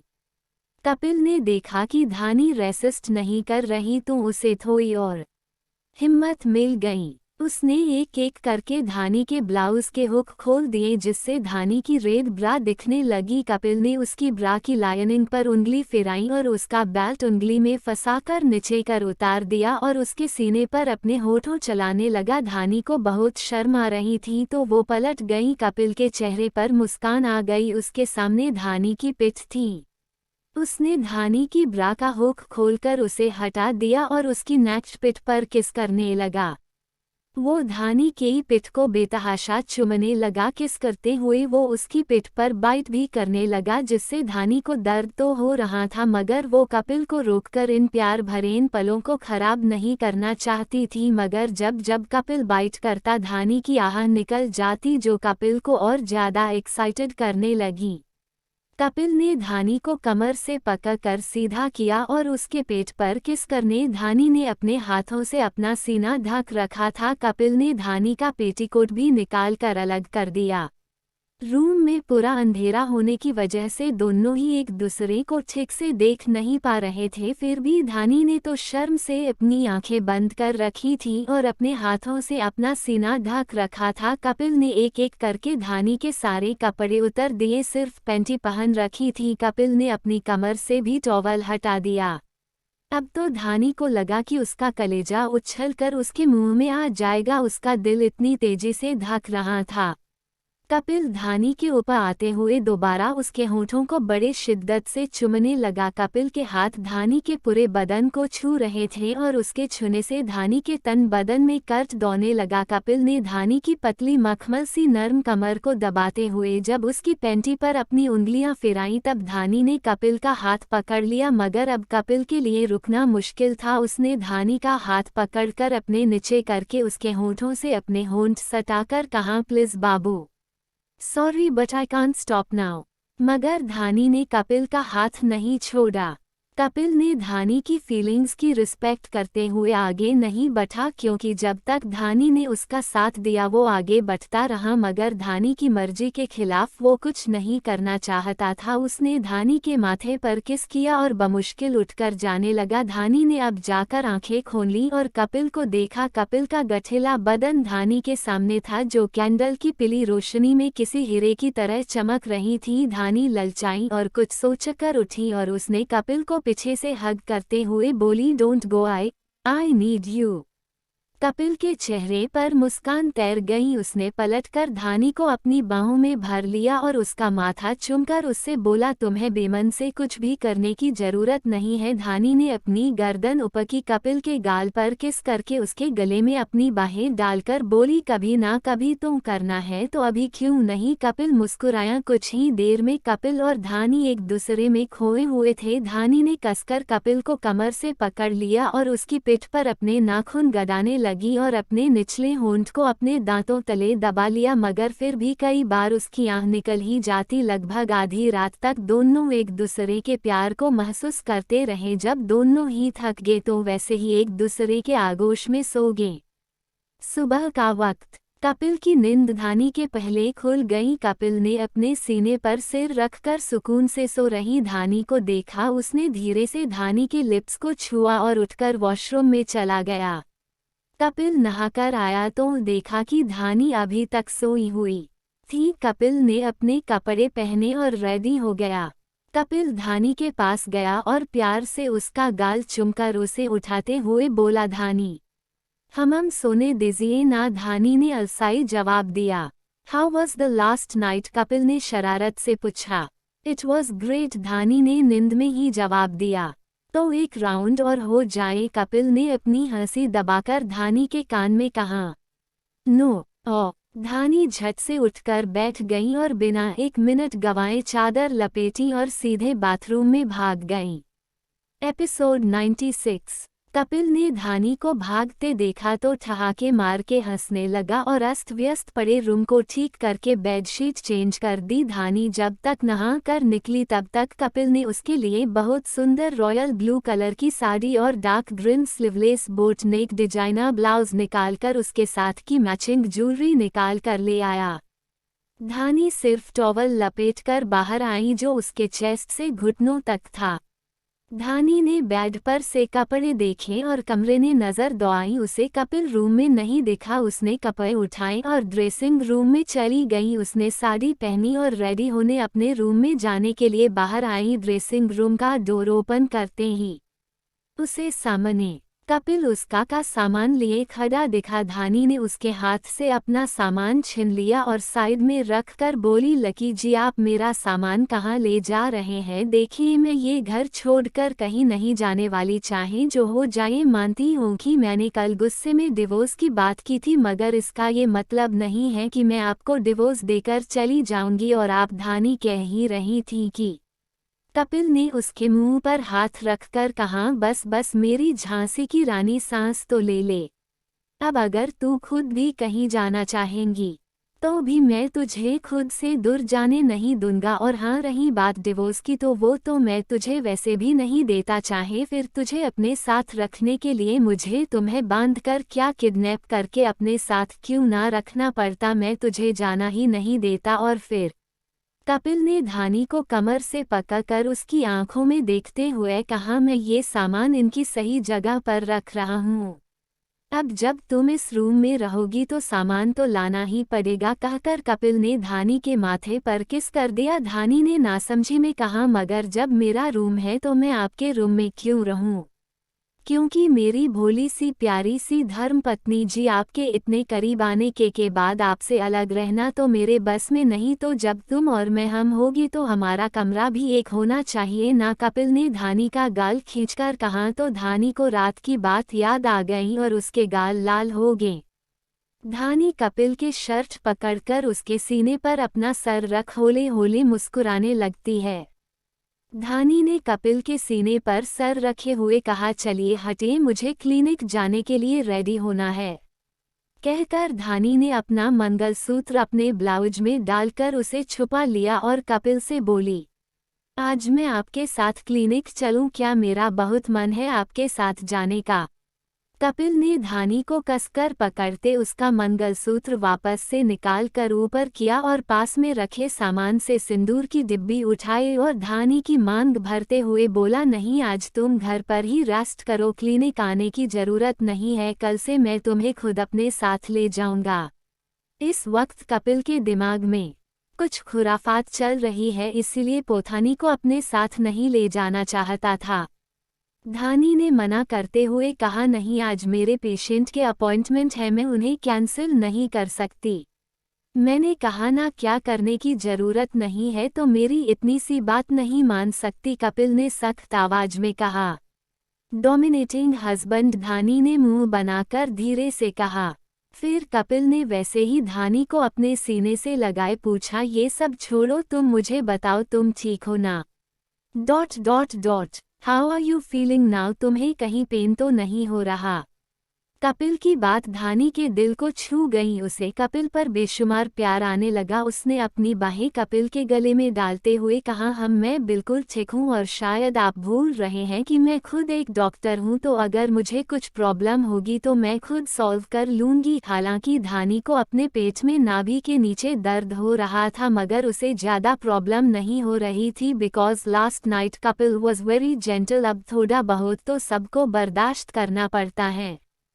कपिल ने अपनी घड़ी में टाइम देखा और धानी के गाल पर किस करके बोला, अच्छा चलो अब ब्रेकफास्ट कर लो, मुझे भी हॉस्पिटल के लिए निकलना है। दोनों ने ब्रेकफास्ट किया और कपिल हॉस्पिटल के लिए निकल गया। वहीं दूसरी तरफ मेहरा मेंशन में आज सगाई का दिन होने की वजह से सारे घर में चहल पहल थी, हर कोई कुछ ना कुछ काम कर रहा था। रावी सुबह से ही काम में लगी हुई थी। सागर भी सुबह से अपना भेस बदलकर हलवाइयों के साथ ही आ गया था, क्योंकि उसे रावी की चिंता हो रही थी और उसका अंदाजा सही भी निकला। रावी सुबह से बिना कुछ खाए पिए बस काम किए जा रही थी। अरे भाई, उसके इकलौते भाई की सगाई है और वो भी उसकी बेस्ट फ्रेंड के साथ, तो बहन की जिम्मेदारियां तो बढ़ ही जाती हैं। वहीं सागर का जान सुख रही थी रावी को इतना काम करते देख। उसने मन में कहा, यारा कोई तो दया करो, बेचारी सुबह से काम कर रही हैं, कैसे बेरहम लोग हैं। उसने कुछ खाया या नहीं इसकी तो किसी को फिक्र ही नहीं है, सभी को बस मेरी रावी से ही काम करवाना है। और ये लड़की अपना बिल्कुल भी ध्यान नहीं रखना जानती, पता है इस वक्त इसे आराम करना चाहिए, तब भी सुबह से भागदौड़ कर रही है, अपनी नहीं तो कम से कम मेरी नन्ही सी जान का ही ख्याल करके कुछ खा लेती। बेचारा मेरा बेबी, उसकी ये जालिम माँ खुद तो भूखी है और अपने साथ साथ मेरे बच्चे को भी भूखा रखे हुए हैं। अब मुझे ही कुछ करना पड़ेगा। क्या करूं फिर? सागर ने कुछ सोचकर काफ़ी सारी ड्राई फ्रूट्स की चॉकलेट्स लेकर आया और एक बच्चे को देकर बोले, बेटा ये चॉकलेट वो ब्लू ड्रेस वाली दीदी उनको दे दो। उस बच्चे ने बड़ी मासूम सी शक्ल बनाकर पूछा, अंतन छाई चॉकलेट दे दूं? नहीं, 2 चॉकलेट तुम रख लो। सागर ने उस बच्चे का गाल खींचकर हंसते हुए कहा, थैंक यू अंतन, आप ना बहुत अच्छे हो। वो अंतन ने मेरी चॉकलेट ले ली और बोले कि चॉकलेट 6 दांत खराब हो जाते हैं। उस बच्चे ने बाहर से उन्हीं की तरफ आ रहे डॉक्टर साहब की तरफ इशारा करके कहा। सागर ने डॉक्टर साहब को देखा तो उस बच्चे से बोला, बेटा आप अभी जाओ, हम बाद में आइसक्रीम खाने चलेंगे। वो बच्चा खुशी खुशी रावी को चॉकलेट देने चला गया और सागर एक पिल्ला के पीछे छुप गया। उस बच्चे ने रावी के पास जाकर उसे चॉकलेट देते हुए कहा, दीदी ये चॉकलेट आपे लिए। रावी अपने घुटनों पर बैठ गई और उस बच्चे से चॉकलेट लेकर उसके गाल पर किस करके बोली, ये किसने दिया बेटा? उस बच्चे ने उस तरफ इशारा किया जहां थोड़ी देर पहले सागर खड़ा था, मगर इस वक्त डॉक्टर साहब वहां से होकर गुजरे तो रावी को लगा शायद डॉक्टर साहब ने ही रावी के लिए चॉकलेट भेजी है।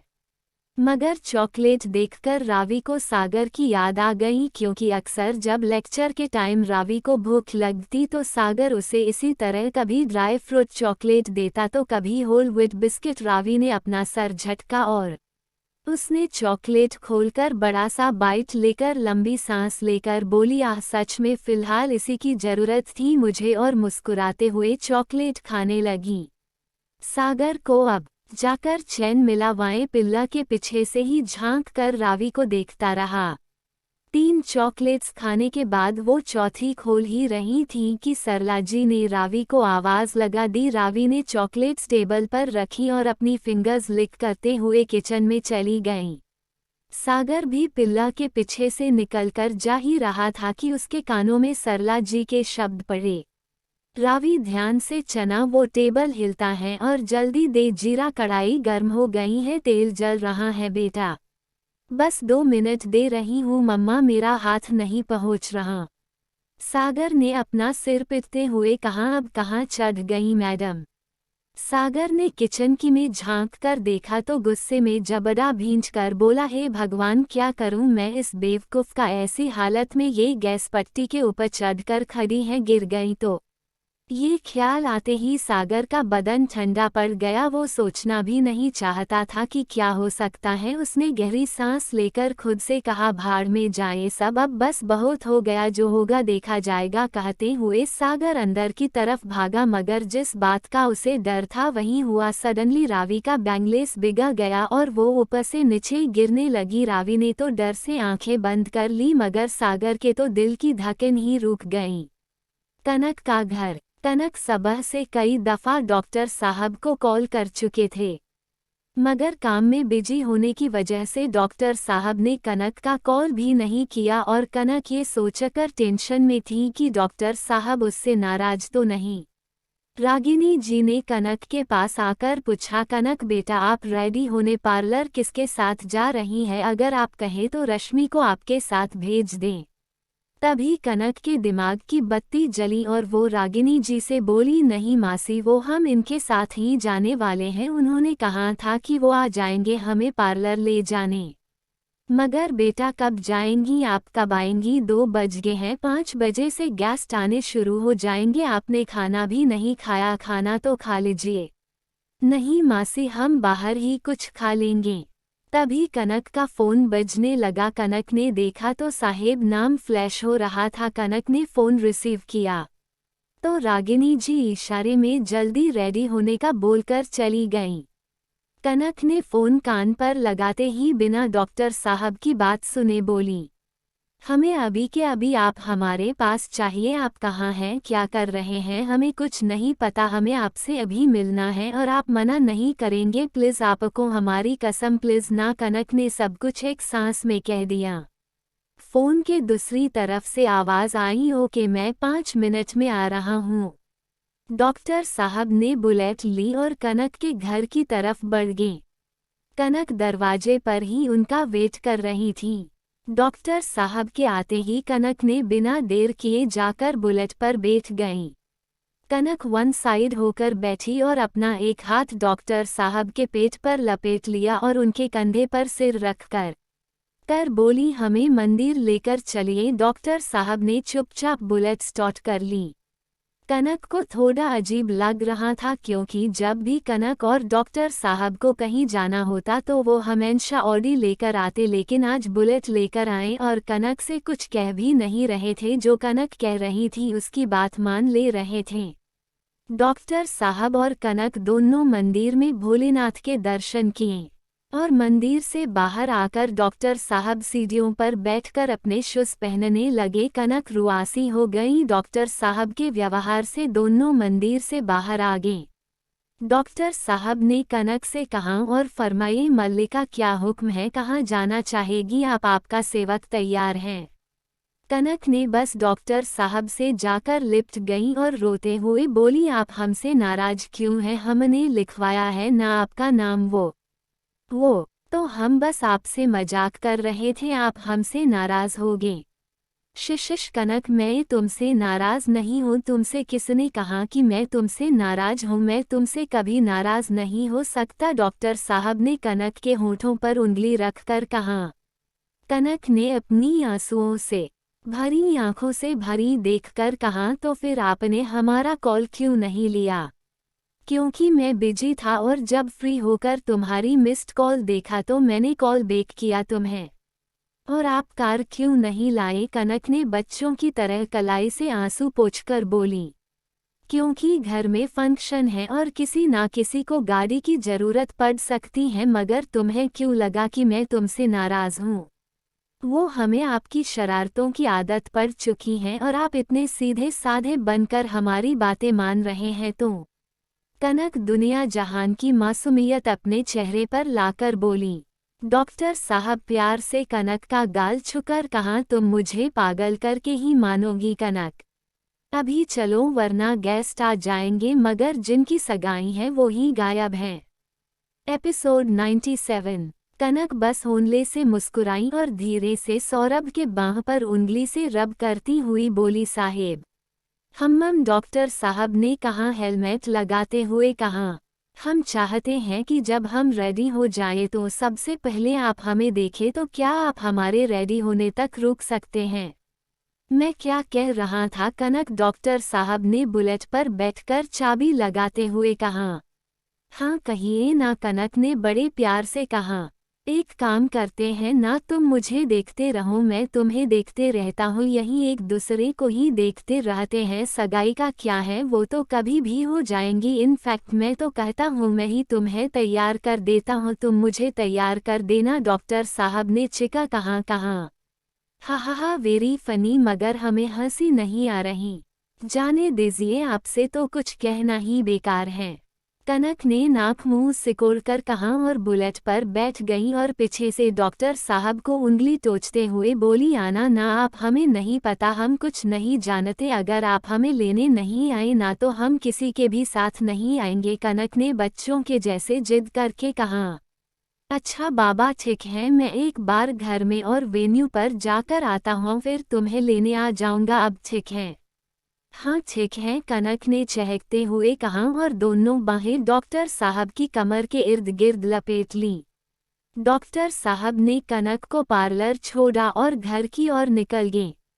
मेहरा मैंशन। डॉक्टर साहब घर आए और सीधे सरला जी के पास गए। सरला जी उस वक्त किचन कुछ बना रही थी और रावी गैस पट्टी पर चढ़कर जीरा का डिब्बा उतार रही थी। डॉक्टर साहब किचन में अंदर गए, तब तक रावी का बैलेंस बिगड़ गया और वो गिरने ही वाली थी कि डॉक्टर साहब ने रावी को पकड़ लिया और नीचे उतार कर डांटते हुए बोले, ये क्या बच्चों वाली हरकत है? रावी, घर में इतने सारे लोग हैं, किसी को भी कह सकती थी, खुद ऊपर चढ़ने की क्या जरूरत थी, अभी गिर जाती तो। रावी का हाथ एकाएक ही अपने पेट पर चला गया। उसने गहरी सांस लेकर कहा, थैंक्स भाई। वहीं सागर का तो मानो कलेजा ही मुंह में आ गया था। रावी का बैलेंस बिगड़ते देख उसका दिमाग ब्लैंक हो गया था। वो जहां खड़ा था वहीं जम सा गया कुछ। जब उसे समझ आया कि तो उसका गुस्सा मानो सातवें आसमान पर था। वो खा जाने वाली नजरों से रावी को घूरते हुए मन में सोचा, बस अब बहुत होगा, अब मैं और इसकी लापरवाही बर्दाश्त नहीं कर सकता, मुझे कुछ तो करना ही पड़ेगा। कहकर सागर ने फोन निकाला और किसी को कॉल कर दिया। वहीं कपिल के अपार्टमेंट में धानी कपिल के लिए चॉकलेट केक बना रही थी कि उसका फोन रिंग करने लगा। धानी उस वक्त चॉकलेट मेल्ट कर रही थी, थोड़ी चॉकलेट उसके चिक्स पर भी लग गई थी। कॉल अननोन नंबर से था। उसने कॉल पिक किया और कंधे और कान के बीच फोन दबाकर बात करने लगी। सामने से किसी ने कुछ कहा तो धानी के हाथ से चॉकलेट का बाउल और फोन दोनों ही छूटकर गिर गया। धानी जिस हालत में थी उसी हालत में बाहर भागी। धानी ने जल्दी से ऑटो लिया और हॉस्पिटल की तरफ भागी। रावी जब अपने रूम में रेडी होने आई तो उसने अपने कपड़े लिए और तैयार होने लगी। रावी ने डार्क पर्पल कलर का लेहंगा विथ मैचिंग ब्लाउज पहन रखा था। उसने अभी दुपट्टा नहीं लिया था, मगर तभी सागर उसके कमरे में आ गया। सागर ने अंदर आते ही गेट बंद कर लिया। रावी ने सागर को देखा तो वो हड़बड़ा गई और सागर से बोली, तुम यहाँ क्या कर रहे हो और तुम अंदर आए कैसे? रावी ने घबराते हुए कहा। रावी को घबराते देख सागर ने कहा, पहली बात मैं अपने पैरों से चलकर दरवाजे से अंदर आया हूँ, दूसरी बात तुमने अभी तक खाना क्यों नहीं खाया? मैं तुम्हारे लिए खाना लेकर आया हूँ, सागर उसके करीब आते हुए बोला। सागर को करीब आते देख रावी पीछे होने लगी तो सागर अपनी जगह रुककर बोला, देखो रावी, मुझे पता है तुमने सुबह से कुछ नहीं खाया, मैं बस तुम्हारे लिए खाना लाया हूँ, तुम खाना खा लो तो मैं चला जाऊंगा। सागर ने सॉफ्टली रावी से कहा। रावी तुनकर बोली, तुम्हारा लाया हुआ खाना खाने से तो बेहतर है मैं भूखी मर जाऊं, इसलिए निकल जाऊं यहाँ से, दफा हो जाओ मेरी नज़रों के सामने से। रावी, तुम मुझसे नफरत करती हो मुझे मंजूर है, लेकिन तुम अगर मेरे बच्चे नुकसान पहुंचाओगी ये मुझे कतई मंजूर नहीं है, इसलिए अगर तुम प्यार से खा लोगी तो बेहतर, वरना मुझे जबरदस्ती करना भी आता है। सागर ने गुस्से में रावी से कहा, मैं बस तुमसे इतना कहना चाहता हूँ कि जो लापरवाही तुम कर रही हो वो हमारे बेबी के लिए ठीक नहीं।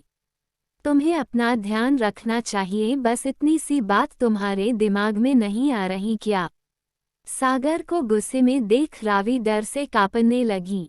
रावी को खुद से इस कदर डरते देख सागर के दिल के 1000 टुकड़े हो गए। उसने तो हमेशा बेबाक बातें करने वाली रावी को देखा था, जो हमेशा बच्चों के जैसे सागर के गले में बाहें डाले उससे लिपट जाया करती थी। सागर ने खुद को शांत किया, तुम खाना खा लो, मैं चला जाऊंगा। सागर वैसे ही बोला, मगर जब तक तुम खाना नहीं खा लेती मैं नहीं जाऊंगा। ठीक है, तुम्हें जो करना है, अगर तुम चुपचाप यहाँ से नहीं गए तो मैं शोर मचाकर सबको बुला लूंगी। रावी ने सागर को उंगली से दरवाजा दिखाते हुए कहा। सागर के हल्के होंठ हिले और वो मुस्कुराकर बोला, अच्छा तो चिल्लाओ, अब तुम चिल्ला चिल्ला कर सबको यहाँ बुला ही लो, इकट्ठा कर ही लो। मैं भी यही चाहता हूँ कि तुम सबको बुला लो ताकि सब लोग तुमसे ये पूछे कि एक लड़का तुम्हारे कमरे में क्या कर रहा है, और मैं भी सबको चिल्ला चिल्ला कर बता दूँ कि मैं कौन हूँ और यहाँ क्या कर रहा हूँ। और अगर तुम नहीं चाहती कि सबको तुम्हारी प्रेगनेंसी के बारे पता चले तो चुपचाप खाना खा लो, सागर ने रावी को जताते हुए कहा। और तो अब तुम मुझे ब्लैकमेल कर रहे हो, रावी ने गुस्से से सागर को घूरते हुए कहा।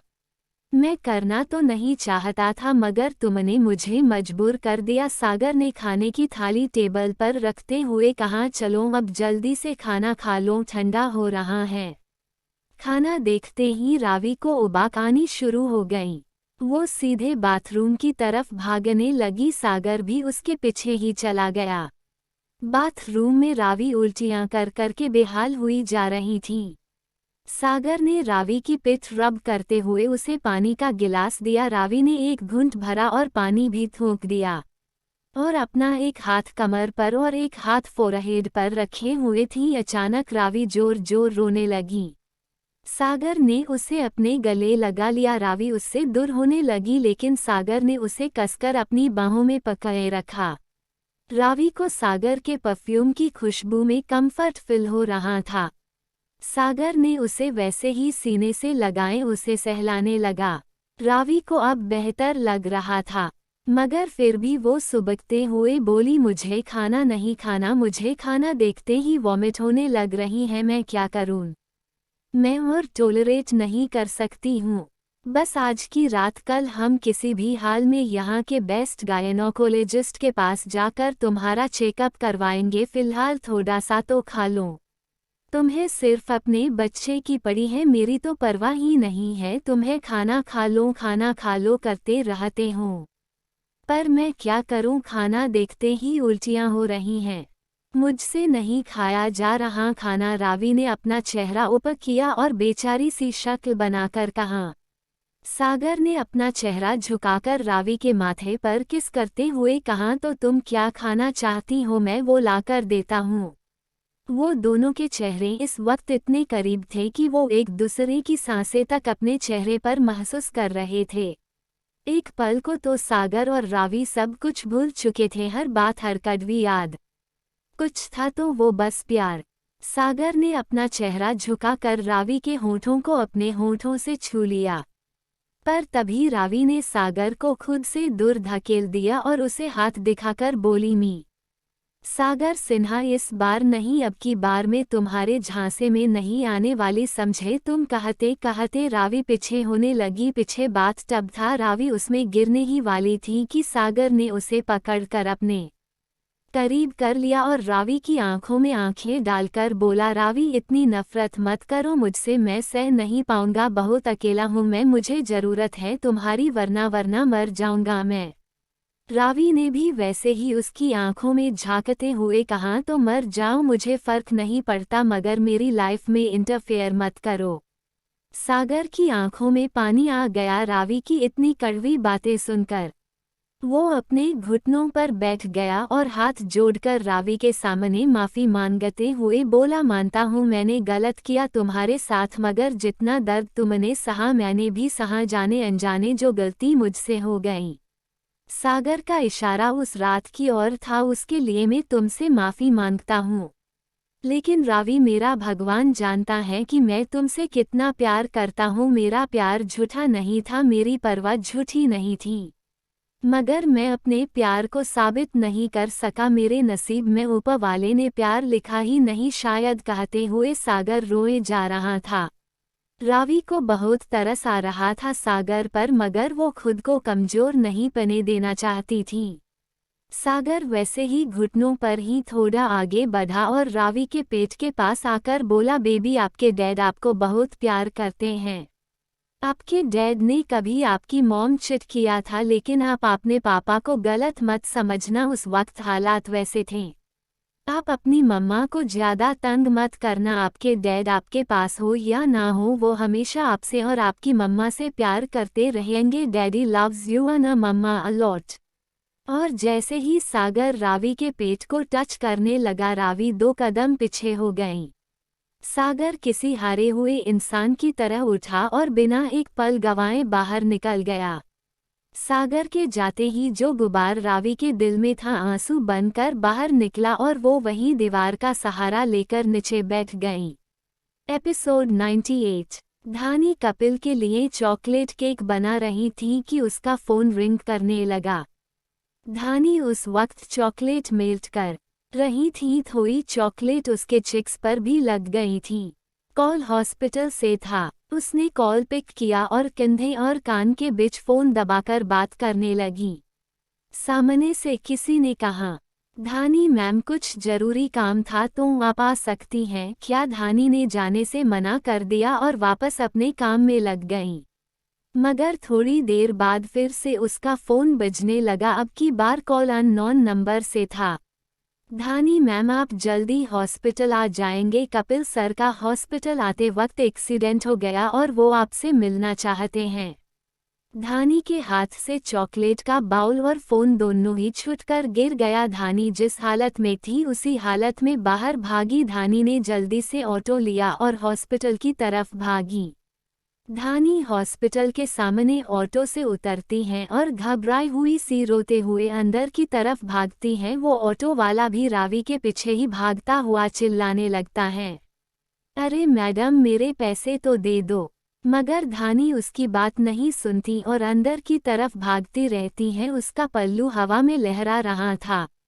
धानी अंदर पहुंचकर देखती है तो हैरान हो जाती है। अंदर हर तरफ रेड रोजेस से डेकोरेशन किया हुआ था।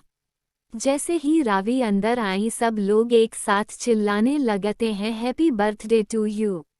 वहीं कपिल एक साइड बड़े से केक के पास खड़ा होकर अपने हाथों में 99 रोजेस का बुके लेकर खड़ा था। धानी के आते ही कपिल अपने घुटनों पर बैठकर धानी से कहता है, happy birthday Dani, I love you so much, will you marry me again. Dhani के आंखों में आंसू थे। वो धीरे धीरे कपिल के पास गई और खींचकर उसे थप्पड़ मार दिया। वहीं पास में खड़े सभी लोग ये देखकर हैरान हो गए। उन्होंने ना धानी को देखा ना कपिल के शब्द ध्यान से सुने। रजत ने अपनी साइड में खड़ी रूबी से कहा, किसी ने सच ही कहा है, इतिहास खुद को दोहराता है। और रूबी और रजत मुंह दबाकर हंसने लगे। रूबी मन में बोली, मैंने जब सुबह देखा कि तुम किसी के लिए सरप्राइज प्लान कर रहे हो तो मुझे लगा था कि ये सारे अरेंजमेंट्स तुमने मेरे लिए किया है, मगर लोग जिसके लिए किया था उसने भी वही किया जो मैं करती हूँ। और खुद मन मन मुस्कुराने लगी। कपिल जानता था धानी थप्पड़ क्यों मारा, मगर तभी वो हुआ जिसकी किसी ने कल्पना नहीं की थी। धानी भी कपिल के सामने वैसे ही घुटनों पर बैठ गईं और रोते हुए कपिल की कॉलर पकड़कर उसके होंठों पर अपने होंठ रखकर बोली, I love you too Lucky ji, लेकिन मुझे तो किसी ने कॉल करके कहा कि आपका सुबकते हुए इतना ही कह पाई। कपिल ने उसे अपनी बाहों के घेरे में लेते हुए कहा, वो सब झूठ था, वह कॉल मैंने ही करवाई थी, वो सब बस मजाक था। धानी उसे अपने छोटे छोटे हाथों से मारने लगी। अरे मगर तुम मुझे मार क्यों रही हो, मैं तो मजाक कर रहा था, कपिल ने धानी की कलाई पकड़ते हुए कहा। वहां खड़े सब लोग असमंजस में उन्हें देखने लगे। तो ये सब आपने किया, वो कॉल भी आपने करवाया, कहते हुए धानी कपिल पर घुसे बरसाने लगी और रोते हुए बोली, आप जानते भी है मेरी क्या हालत हो गई थी, आपकी एक्सीडेंट की खबर सुनकर मुझ पर क्या बीत रही थी। मेरे लिए पल पल काटना मुश्किल हो रहा था और आपको मजाक लग रहा है। सब लोग उनकी बातें सुनकर हैरानी से आंखें। वहीं दूसरी तरफ बाहर निकलते ही सागर अपने घर के लिए निकल जाता है। सागर अपने रूम में आया और अलमारी खोलकर गन निकाली और अपने सर पर रखकर अपनी आंखें बंद कर ली। ट्रिगर दबाने ही वाला होता है कि उसके सामने उसकी मां का चेहरा जाता है, जो दर्द से कराहते हुए एक 8 साल के बच्चे को 5 साल के बच्चे का हाथ पकड़ते हुए कहती है, सुरु हमेशा चिकू का ख्याल रखना, हर खुशी देना, इसकी हर गलती को माफ करना और अपने भाई का साथ कभी मत छोड़ना। सागर ने गन को अपने सर से हटाकर दूर फेंक और रोते हुए घुटने के बल बैठकर कहता है, आई मिस यू मम्मा पापा, ना मैं जी पा रहा हूँ ना मर पा रहा हूँ। आज आपकी बहुत याद आ रही है मम्मा, अगर आज आप होती तो आपका सुरु आपकी गोद में सर रखकर अपने सारे दर्द भूल जाता, आपको बताता कि इन करोड़ों की भीड़ में वो कितना अकेला है। आज मेरे पास वो सब कुछ है जो आप चाहते थे, दौलत, शोहरत, नाम, रुतबा, मगर आप नहीं है तो इन सब का कोई मतलब नहीं है, कहकर सागर कमरे की हर चीज तोड़ने लगा। आवाज सुनकर तुषार सागर के रूम आकर बोला, क्या कहकर तुषार रुक गया। उसने देखा कि सागर के हाथों से खून निकल रहा है और वो सारा सामान तोड़फोड़ कर रहा है। तुषार ने बड़ी मुश्किल से सागर को संभाला और उसे एक जगह बैठाकर पानी देते हुए बोला, सॉरी भाई, ये सब मेरी वजह से हो रहा है। सागर ने तुषार की बात को पूरी तरह से नज़रअंदाज करके बोला, चिकू मेरी ऑस्ट्रेलिया की टिकट बुक कर दो, मैं वापस जा रहा हूँ। सागर बमुश्किल बस इतना ही कह पाया। मगर भाई सुबह तो आप मना कर रहे थे और अचानक। तू बस मेरे जाने का इंतजाम कर और जो न्यू प्रोजेक्ट हम स्टार्ट करने वाले थे वो कैंसल कर दो। पर भाई हमारा करोड़ों का नुकसान हो जाएगा, तुषार ने सागर से कहा। सागर ने ज्यों त्यों अपने आंसू रोककर कहा, इन लाखों करोड़ों से बका मेरे लिए वो दोनों हैं, कोई मतलब नहीं इन करोड़ों रुपयों का। जब मैं अपने बच्चे को प्यार नहीं दे सकता, उन दोनों को खुश नहीं रख सकता, तब कोई मतलब नहीं इतने पैसों का। और तू जानता है कि मुझे इस प्रोजेक्ट को स्टार्ट करता हूँ तो मुझे इंडिया आते रहना पड़ेगा और यहाँ आकर मैं उसके पास जाने से खुद को रोक नहीं पाऊंगा और अब मुझमें और हिम्मत नहीं है कि मैं उसकी नफरत और झेल सकूं। उसकी नफरत अब मुझसे सही नहीं जा रही, इसलिए मैंने डिसाइड किया है कि मैं इंडिया अब कभी नहीं आऊँगा। अगर उससे दूर रहूँगा तो कम से कम वो तो खुश रहेगी। आज शाम तक यहाँ की सारी प्रॉपर्टी बेचने का इंतजाम करो, आज रात में ही हम निकल जाएंगे। ठीक है भाई, तुषार ने कह तो दिया मगर वो खुद से बोला, नहीं भाई हम इस तरह नहीं जाएंगे। आपने दिन रात मेहनत की है, मैं आपकी मेहनत ज़ाया नहीं जाने दूंगा। रावी भी अब तक खुद को संभाल चुकी थी, उसने जल्दी से आंसू पोंछे और मुंह धोकर वापस आई और रेडी होकर हॉल में आ गई। उसकी नज़रें बेचैन सी किसी को ढूंढ रही थी। बेशक उसने आज कहा था कि सागर के जीने मरने से उसे कोई फर्क नहीं पड़ता, मगर उसे बहुत फर्क पड़ता है उसके होने ना होने से। वहीं डॉक्टर साहब ने सारे अरेंजमेंट्स चेक किए और खुद भी रेडी हो गए। उन्होंने आज सी ग्रीन कलर का designer up and down kurta pyjama set पहना था, बालों को जेल से सेट किए हुए हल्की दाई में गजब लग रहे थे डॉक्टर साहब। आलोक जी सभी को वेन्यू पर लेकर पहुंचे और हमारे डॉक्टर साहब अपनी दुल्हनिया को लेने के लिए निकल गए। कनक रेडी बैठी उन्हीं को वेट कर रही थी। डॉक्टर साहब ने कनक को देखा तो देखते रह गए, उनकी तंद्रा कनक की आवाज़ से टूटी। हम कैसे लग रहे हैं साहेब, कनक ने शर्माते हुए धीरे से पूछा। कनक ने भी आज सी ग्रीन कलर का लहंगा जिससे छोटे छोटे पर लगे हुए थे और साथ में मैचिंग ज्वेलरी, हाथों में भरी हुई चूड़ी, सर पर राजस्थानी राजपुताना बोर। कनक किसी सियासत की राजकुमारी लग रही थी। डॉक्टर साहब और कनक कार से वेन्यू की तरफ जा पहुंचे। कनक कार से उतरने लगी तो कार से उतरने से पहले डॉक्टर साहब ने कनक को रोककर बोले, कनक एक मिनट। कनक मुड़कर बोली, जी कहिए। डॉक्टर साहब ने कनक का दुपट्टा ठीक किया जो सामने से नीचे उतर गया था, जिस कारण कनक के क्लीवेज दिख रहे थे। डॉक्टर साहब ने कनक के आंखों से थोड़ा काजल लेकर उसके कान के पीछे लगा दिया और उसके गाल पर किस करके बोले, अब ठीक है, और उतरकर कनक की तरफ का गेट खोलकर उसका हाथ थामकर दोनों एक साथ अंदर आए। एपिसोड 99। तुषार ने सागर से हाँ कह तो दिया, मगर वो कुछ प्लान कर कहा था जिससे उसके भाई को उसका प्यार मिल जाए। सागर ने तुषार हॉस्पिटल में हर कोई हैरानी आंखें फाए कपिल और धानी को ही देख रहे थे। अब कहीं जाकर सबने धानी पर गौर किया। हर किसी ने उसे अब तक सिर्फ सिंपल से सूट जींस में ही, सादे लुक में ही देखा था, मगर आज जो धानी उन लोगों के सामने थी वो अलग ही किसी अप्सरा की तरह लग रही थी। साड़ी और सास सिगान में इतनी खूबसूरत उसका ये लुक देख हर किसी का मुंह खुला रह गया। रजत धीरे से बुदबुदाया, क्या कोई इतना सुंदर कैसे हो सकता है? और रूबी से बोला, काश कि तुमने उस दिन कपिल को हाँ कह दी होती तो आज ये सब तुम्हारे लिए होता और धानी मेरे लिए। रूबी ने दांत पिसते हुए रजत से कहा, शट अप, पर कहीं ना कहीं अब उसे धानी से जलन हो रही थी। मगर आप दोनों ने हम सब से अपनी शादी का सच क्यों छुपाया? डॉक्टर सचान ने कपिल धानी को संवलिया नजरों से देखकर पूछा। धानी नर्वस हो गई कि क्या जवाब दे और नर्वसनेस में वो अपने दोनों हाथों की उंगलियां आपस में जोड़कर खड़ी रहीं। कपिल ने धानी की नर्वसनेस भाप ली थी तो उसका हाथ पकड़कर उसे शांत रहने का इशारा किया और सबकी तरफ देखकर कहना शुरू किया, एक्चुअली हमारी शादी बहुत जल्दबाजी में सिंपल तरीके से हुई क्योंकि धानी अपनी इंटर्नशिप करना चाहती थी, इसलिए उसे वक्त चाहिए था और मेरे पेरेंट हमारी शादी करवाना चाहते थे, इसलिए हमने डिसाइड किया कि जब तक इसकी इंटर्नशिप नहीं हो जाती हम हमारा रिश्ता हम पब्लिक नहीं करेंगे, बस इसलिए किसी को नहीं बताया। कपिल ने बात संभालने की गर्ज से साफ झूठ बोल दिया, और वो भी इतनी आसानी से। धानी शुक्रगुजार होकर कपिल को देखने लगी कि कितनी खूबसूरती से उसने सारी बात संभाल ली।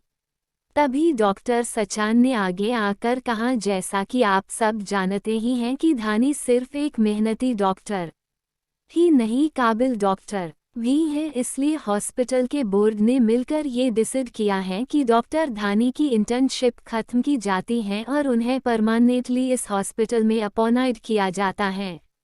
सभी लोग क्लैपिंग करने लगे। रूबी पैर पटकती हुई वहां से चली गईं।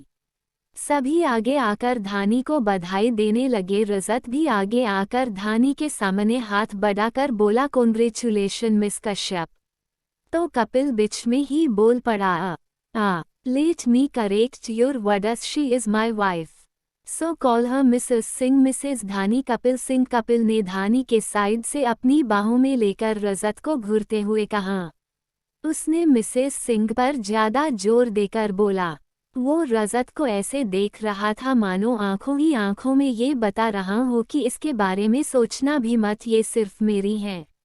रजत ने अपना हाथ पॉकेट में डालकर कहा, congratulation Mr and Mrs Singh, और मुड़कर वहां से चला गया।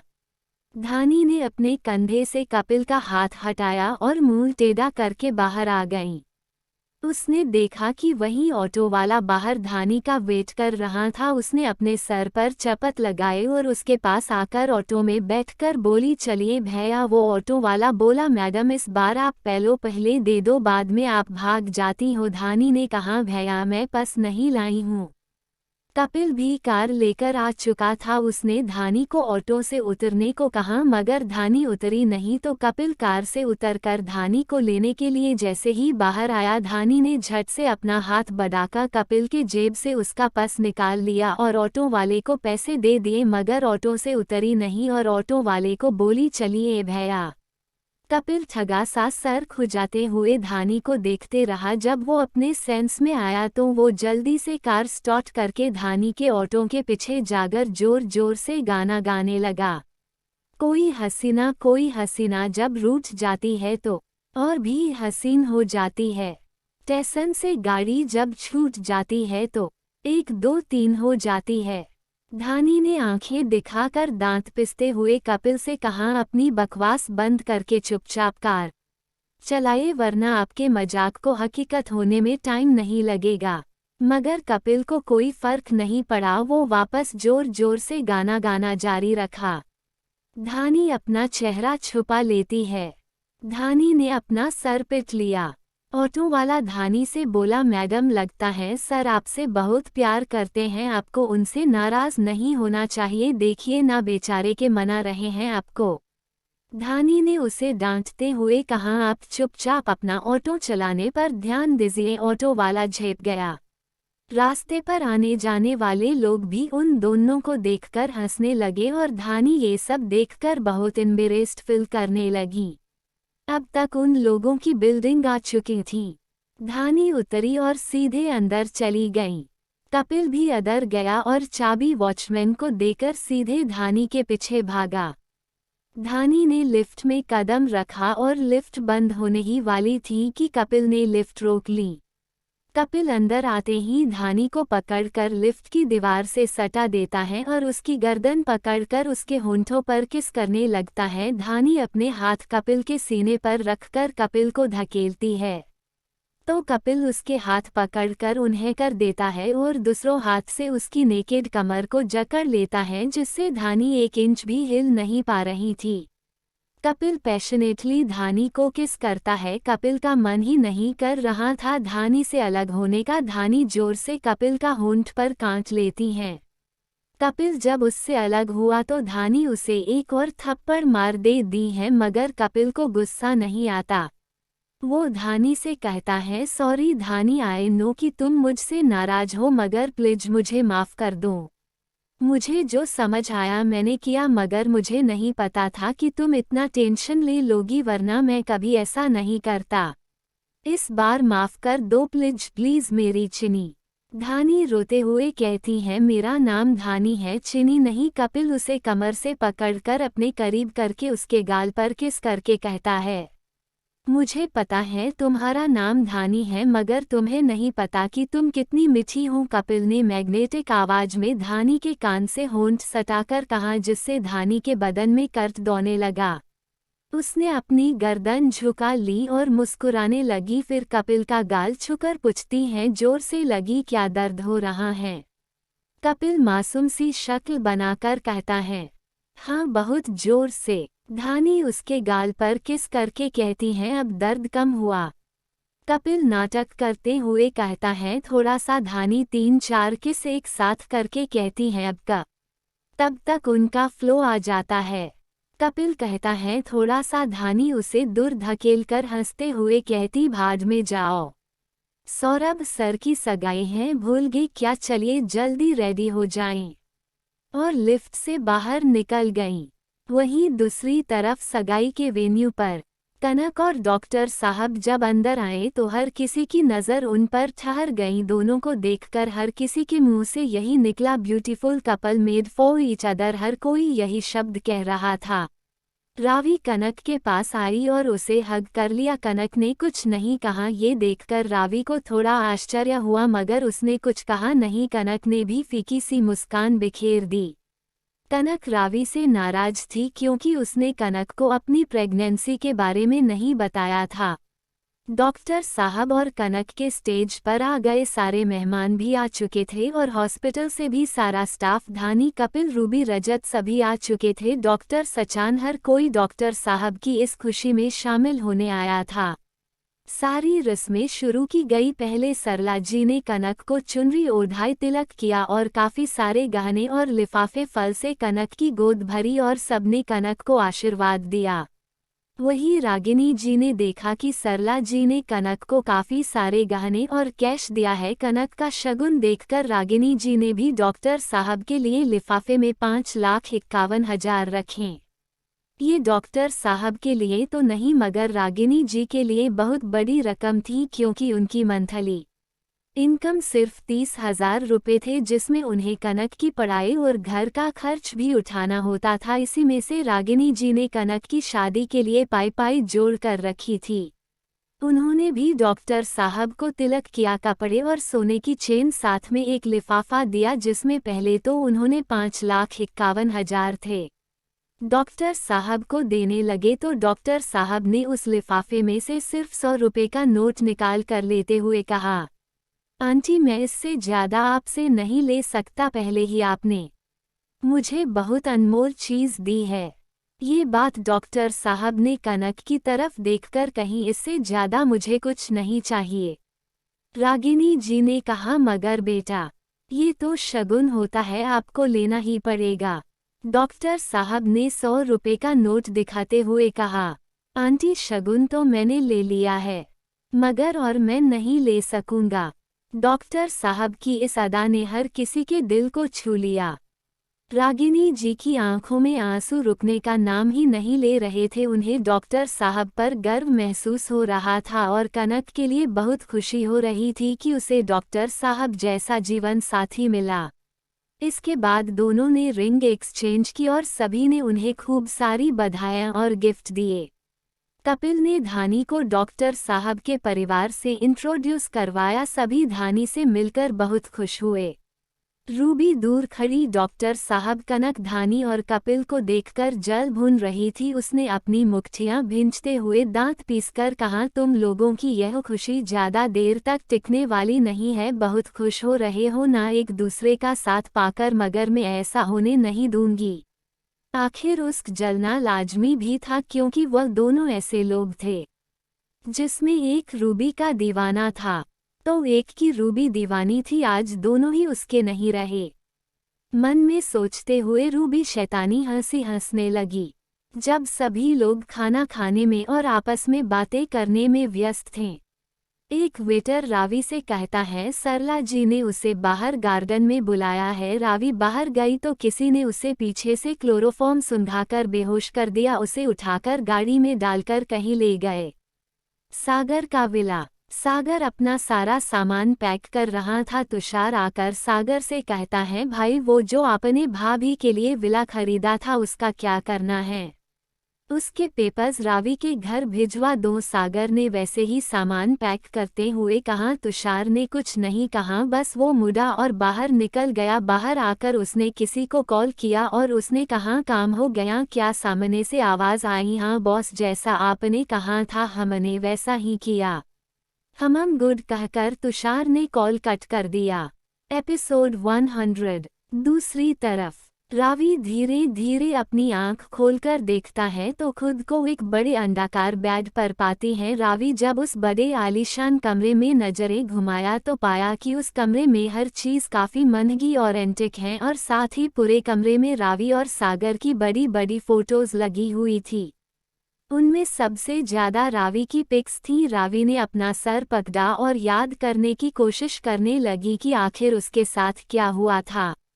रूम देखते वक्त रावी की नज़र रूम में रखे सोफे पर पैर चाए बैठे तुषार पर गई। तुषार को देखते ही रावी घबरा कर खुद में ही सिमट कर बैठ गई। कौन हो तुम और मुझे यहाँ क्यों लाए हो? अगर मेरे भाई को पता चला कि तुम मुझे ऐसे किडनैप करके यहाँ लाए हो तो वो तुम्हें छोड़ेंगे नहीं। रावी ने तुषार को उंगली दिखाकर कहा। तुम्हारे भाई का तो नहीं पता, मगर मेरे भाई को पता चला तो वो मुझे नहीं छोड़ेंगे, तुषार धीरे से बुदबुदाकर कहता है। तुषार उठा और रावी के पास आकर उसके सामने बैठकर बोला भाभी आपको डरने की जरूरत नहीं है। रावी ने डरते हुए कहा देखो तुम जो कोई भी हो मैं तुम्हें नहीं जानती, प्लीज मुझे जाने दो। भाभी आप एक बार मेरी बात तो सुन लो। ये क्या भाभी भाभी लगा रखा है? मैं नहीं जानती तुमको न हूँ, मगर मैं तुम्हारी भाभी नहीं हूँ, प्लीज मुझे जाने दो। रावी ने रिक्वेस्ट करके कहा। आप मुझे भूल गई होंगी मगर मैं आपको अच्छे से जानता हूँ, तुषार ने कहा। आप बस मेरी बात सुन लीजिए, मैं आपको खुद आपके घर छोड़कर आ जाऊंगा। ठीक है, जो कहना है जल्दी कहूँ। हाँ लेकिन पहले आप ये जूस पी लीजिए, तुषार ने रावी को ऑरेंज जूस देकर कहा। रावी को प्यास तो लग रही थी मगर वो इस दुविधा में थी कि तुषार पर भरोसा करे या नहीं। इसमें कुछ नहीं है, आप बेफिक्र होकर पी लीजिए, तुषार ने जैसे रावी की मन की बात जान ली हो। रावी ने एक सांस में ही पूरा जूस खत्म कर लिया क्योंकि उसने सुबह से कुछ भी खाया नहीं था तो उसे बहुत भूख लगी हुई थी। रावी के जूस खत्म करने के बाद तुषार वापस जाकर सोफे पर बैठ गया और रावी को बताने लगा। मैं नहीं जानता भाभी की तुषार कह ही रहा था कि रावी ने उसे टोककर कहा। मैंने कहा ना, मैं तुम्हारी भाभी नहीं हूँ। ठीक है रावी जी। रावी फिर हैरान हो गई। उसने तुषार से पूछा तुम मेरा नाम कैसे जानते हो? हाँ मैं बता रहा हूँ, मैं आपको सब कुछ बताऊंगा, पहले आप मेरी बात तो सुनिए। रावी अब चुप होकर तुषार की बात सुनने लगी। रावी जी, यही लखनऊ में एक छोटा सा मोहल्ला हुआ करता था जहां अब एक बड़ी कॉलोनी बन चुकी है।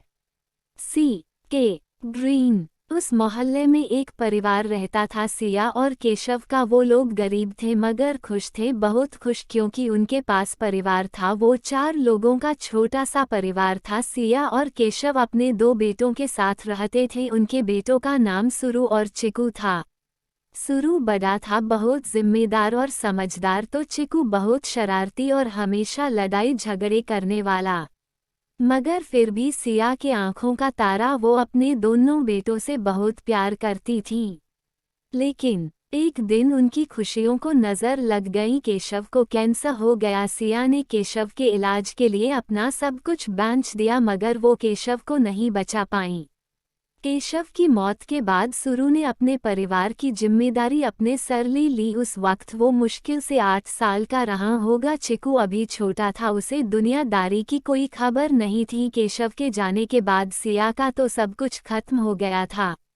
उन पर बहुत कर्ज हो गया, घर बिक गया। वो लोग की हालत बदतर से बदतर होती चली गई। सिया भी बीमार रहने लगी। सुरु दिन भर काम करता और रात में पढ़ाई करता। उन लोगों को किसी दिन रोटी तक नहीं मिलती।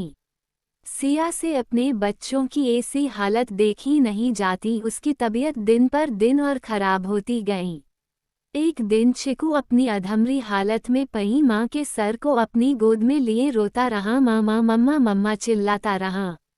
शाम को सुरु जब काम से वापस आया तो अपनी माँ को उस हालत में देखकर भी वो नहीं टूटा, ना ही वो रोया, वो कमजोर नहीं पड़ा। ... वो रोया नहीं। भाभी कहते कहते तुषार बुरी तरह फफक पड़ा। रावी की आंखों में भी आंसू आ गए। तुषार ने खुद को संभाला और आगे कहने लगा। सुरु अपनी माँ के पास आकर उसके सर पर हाथ फेर कर कहता है, मम्मा आपको कुछ नहीं होगा, आपका सुरु आपको कुछ नहीं होने देगा सा। उसकी माँ ने चिकू का हाथ सुरु के हाथ में देते हुए कहा कि अब से चिकू का ख्याल रखना और उस पर कोई आंच मत आने देना। सुरु ने अपनी माँ को अपने कंधे पर उठाया और हॉस्पिटल ले जाने लगा। मगर वो भी था तो बच्चा ही बेचारा, क्या करता। वो जैसे तैसे अपनी माँ को हॉस्पिटल लेकर जाता है, मगर फिर भी अपनी माँ को बचा नहीं पाता। उस दिन से चिकू की हर छोटी बड़ी खुशी का ध्यान सुरु रखता। वो दिन रात मेहनत करता और अपने छोटे भाई का ख्याल रखता। धीरे धीरे वो तरक्की करने लगा। उसने अपना छोटा सा बिजनेस, अपनी कंस्ट्रक्शन कंपनी शुरू की, जो धीरे धीरे तरक्की लगी। और एक दिन ऐसा भी आया जब आधा लखनऊ पर सुरु को जानने लगा। होटल, बिल्डिंग, बार, उसने कई सारे बिजनेस शुरू कर दिए, खूब पैसा कमाया। मगर वो कभी अपना बुरा समय कभी नहीं भूला। रावी अब चुप होकर तुषार की बात सुनने लगी। वो लोग जैसे जैसे बड़े होने लगे, कामयाबी का आसमान छूने लगे सब कुछ। सुरु की मेहनत थी, उसने बचपन से चिकू को कभी किसी बात की कमी नहीं रहने देन। चिकू हमेशा दोस्तों में बिजी रहता और सुरु काम में। चिकू अपनी दुनिया में इतना मस्त हो गया कि वो अपने भाई का अकेलापन देख ही नहीं पाया। तुषार ने हल्की मुस्कान के साथ कहा, जिसमें एक दर्द था। एक दिन चिकू एक लड़की से बदतमीजी करता है और वो लड़की उसे पिटती है। जिस लड़के को किसी ने उंगली तक नहीं लगाई थी, उस लड़के ने किसी लड़की से मार खाई। ये बात चिकू से बर्दाश्त नहीं हुई और उसने अंधे होने का झूठा नाटक करके सुरु को इंडिया बुलाया। फिर तुषार ने रावी की तरफ देखकर कहा, आप जानती हैं भाभी मैं किसकी बात कर रहा हूँ, कुछ याद आया आपको? रावी ने ना में गर्दन हिलाई। कहा, कुछ नहीं। वो लड़का जिसका नाम सुरु था वो ये है, मेरा भाई सागर सिन्हा। तुषार ने सागर की तस्वीर पर पॉइंट करके आगे कहा, जो कंस्ट्रक्शन कंपनी को मालिक है, जिसके आसपास लाखों लोग हैं मगर वो फिर भी अकेला है, जो किसी की ऊंची आवाज तक नहीं सहता, वो आपका थप्पड़ तक सह लेता है। तुषार ने रावी की तरफ देखकर कहा, और चिकू मैं हूँ। तुषार अपनी जगह से उठा और पनलग के पास जमीन पर रावी के पैरों के पास घुटनों के बल बैठकर हाथ जोड़ते हुए बोला, भाभी हम। रावी के मुंह से एकाएक निकला। अपनी हरकत पर रावी खुद हैरान रह गई। भाई आपसे बहुत प्यार करते हैं, प्लीज उन्हें माफ कर दीजिए, मेरी गलती की सजा आप उन्हें मत दीजिए। आप जब से उनकी लाइफ में आई तब से वो जिंदगी जीना सीख गए, हंसना सीख गए। जिंदगी में पहली बार उन्होंने किसी से प्यार किया। आपको पता है वो आपकी माँ बनने की खबर सुनकर कितना खुश थे। मैंने जब से होश संभाला तब से पहली बार किसी बात पर उन्हें इतना खुश और एक्साइटेड देखा था। उन्होंने ये विला आपके लिए उसी दिन खरीद लिया था जब उन्हें आपकी प्रेगनेंसी का खबर मिली थी। भाभी मैंने भाई को उस वक्त भी रोते नहीं देखा जब हमारे पास कुछ नहीं था। भाई ने तब भी हिम्मत नहीं हारी थी। मुझे लगता था मेरे भाई को हरा नहीं सकता, कोई उनकी हिम्मत नहीं तोड़ सकता, लेकिन मैं गलत था। मैंने भाई को आपके लिए रोते देखा, अपने बच्चे के लिए रोते देखा। मम्मा पापा के जाने के बाद उन्होंने मेरे लिए खुद को संभाल लिया था। वो मेरे लिए जीते रहे, लेकिन आपस अलग होकर वो जिंदा लाश से ज्यादा कुछ नहीं। भाभी, जो हुआ उसमें उनकी कोई गलती नहीं थी। भगवान के लिए उन्हें उनकी खुशियों उन्हें वापस दे दीजिए। प्लीज रोक लीजिए उन्हें, वरना वो हमेशा के लिए ये शहर ये देश छोड़कर चले जाएंगे। प्लीज भाभी, उन्हें रोक लीजिए। मैं आपके आगे हाथ जोड़कर अपनी गलती की माफ़ी मांगता हूँ। प्लीज आप मेरी गलती की सज़ा मेरे भाई को मत दीजिए। मगर रावी टस से मज नहीं हुई। गाइस, नेक्स्ट एपिसोड के लिए लाइक का टारगेट 200 है। जैसे ही 200 लाइक्स हो जाएंगे तुरंत अगला एपिसोड आ जाएगा। तो अगर आपको जल्दी से नेक्स्ट एपिसोड चाहिए तो वीडियो को अभी लाइक करो। Thanks for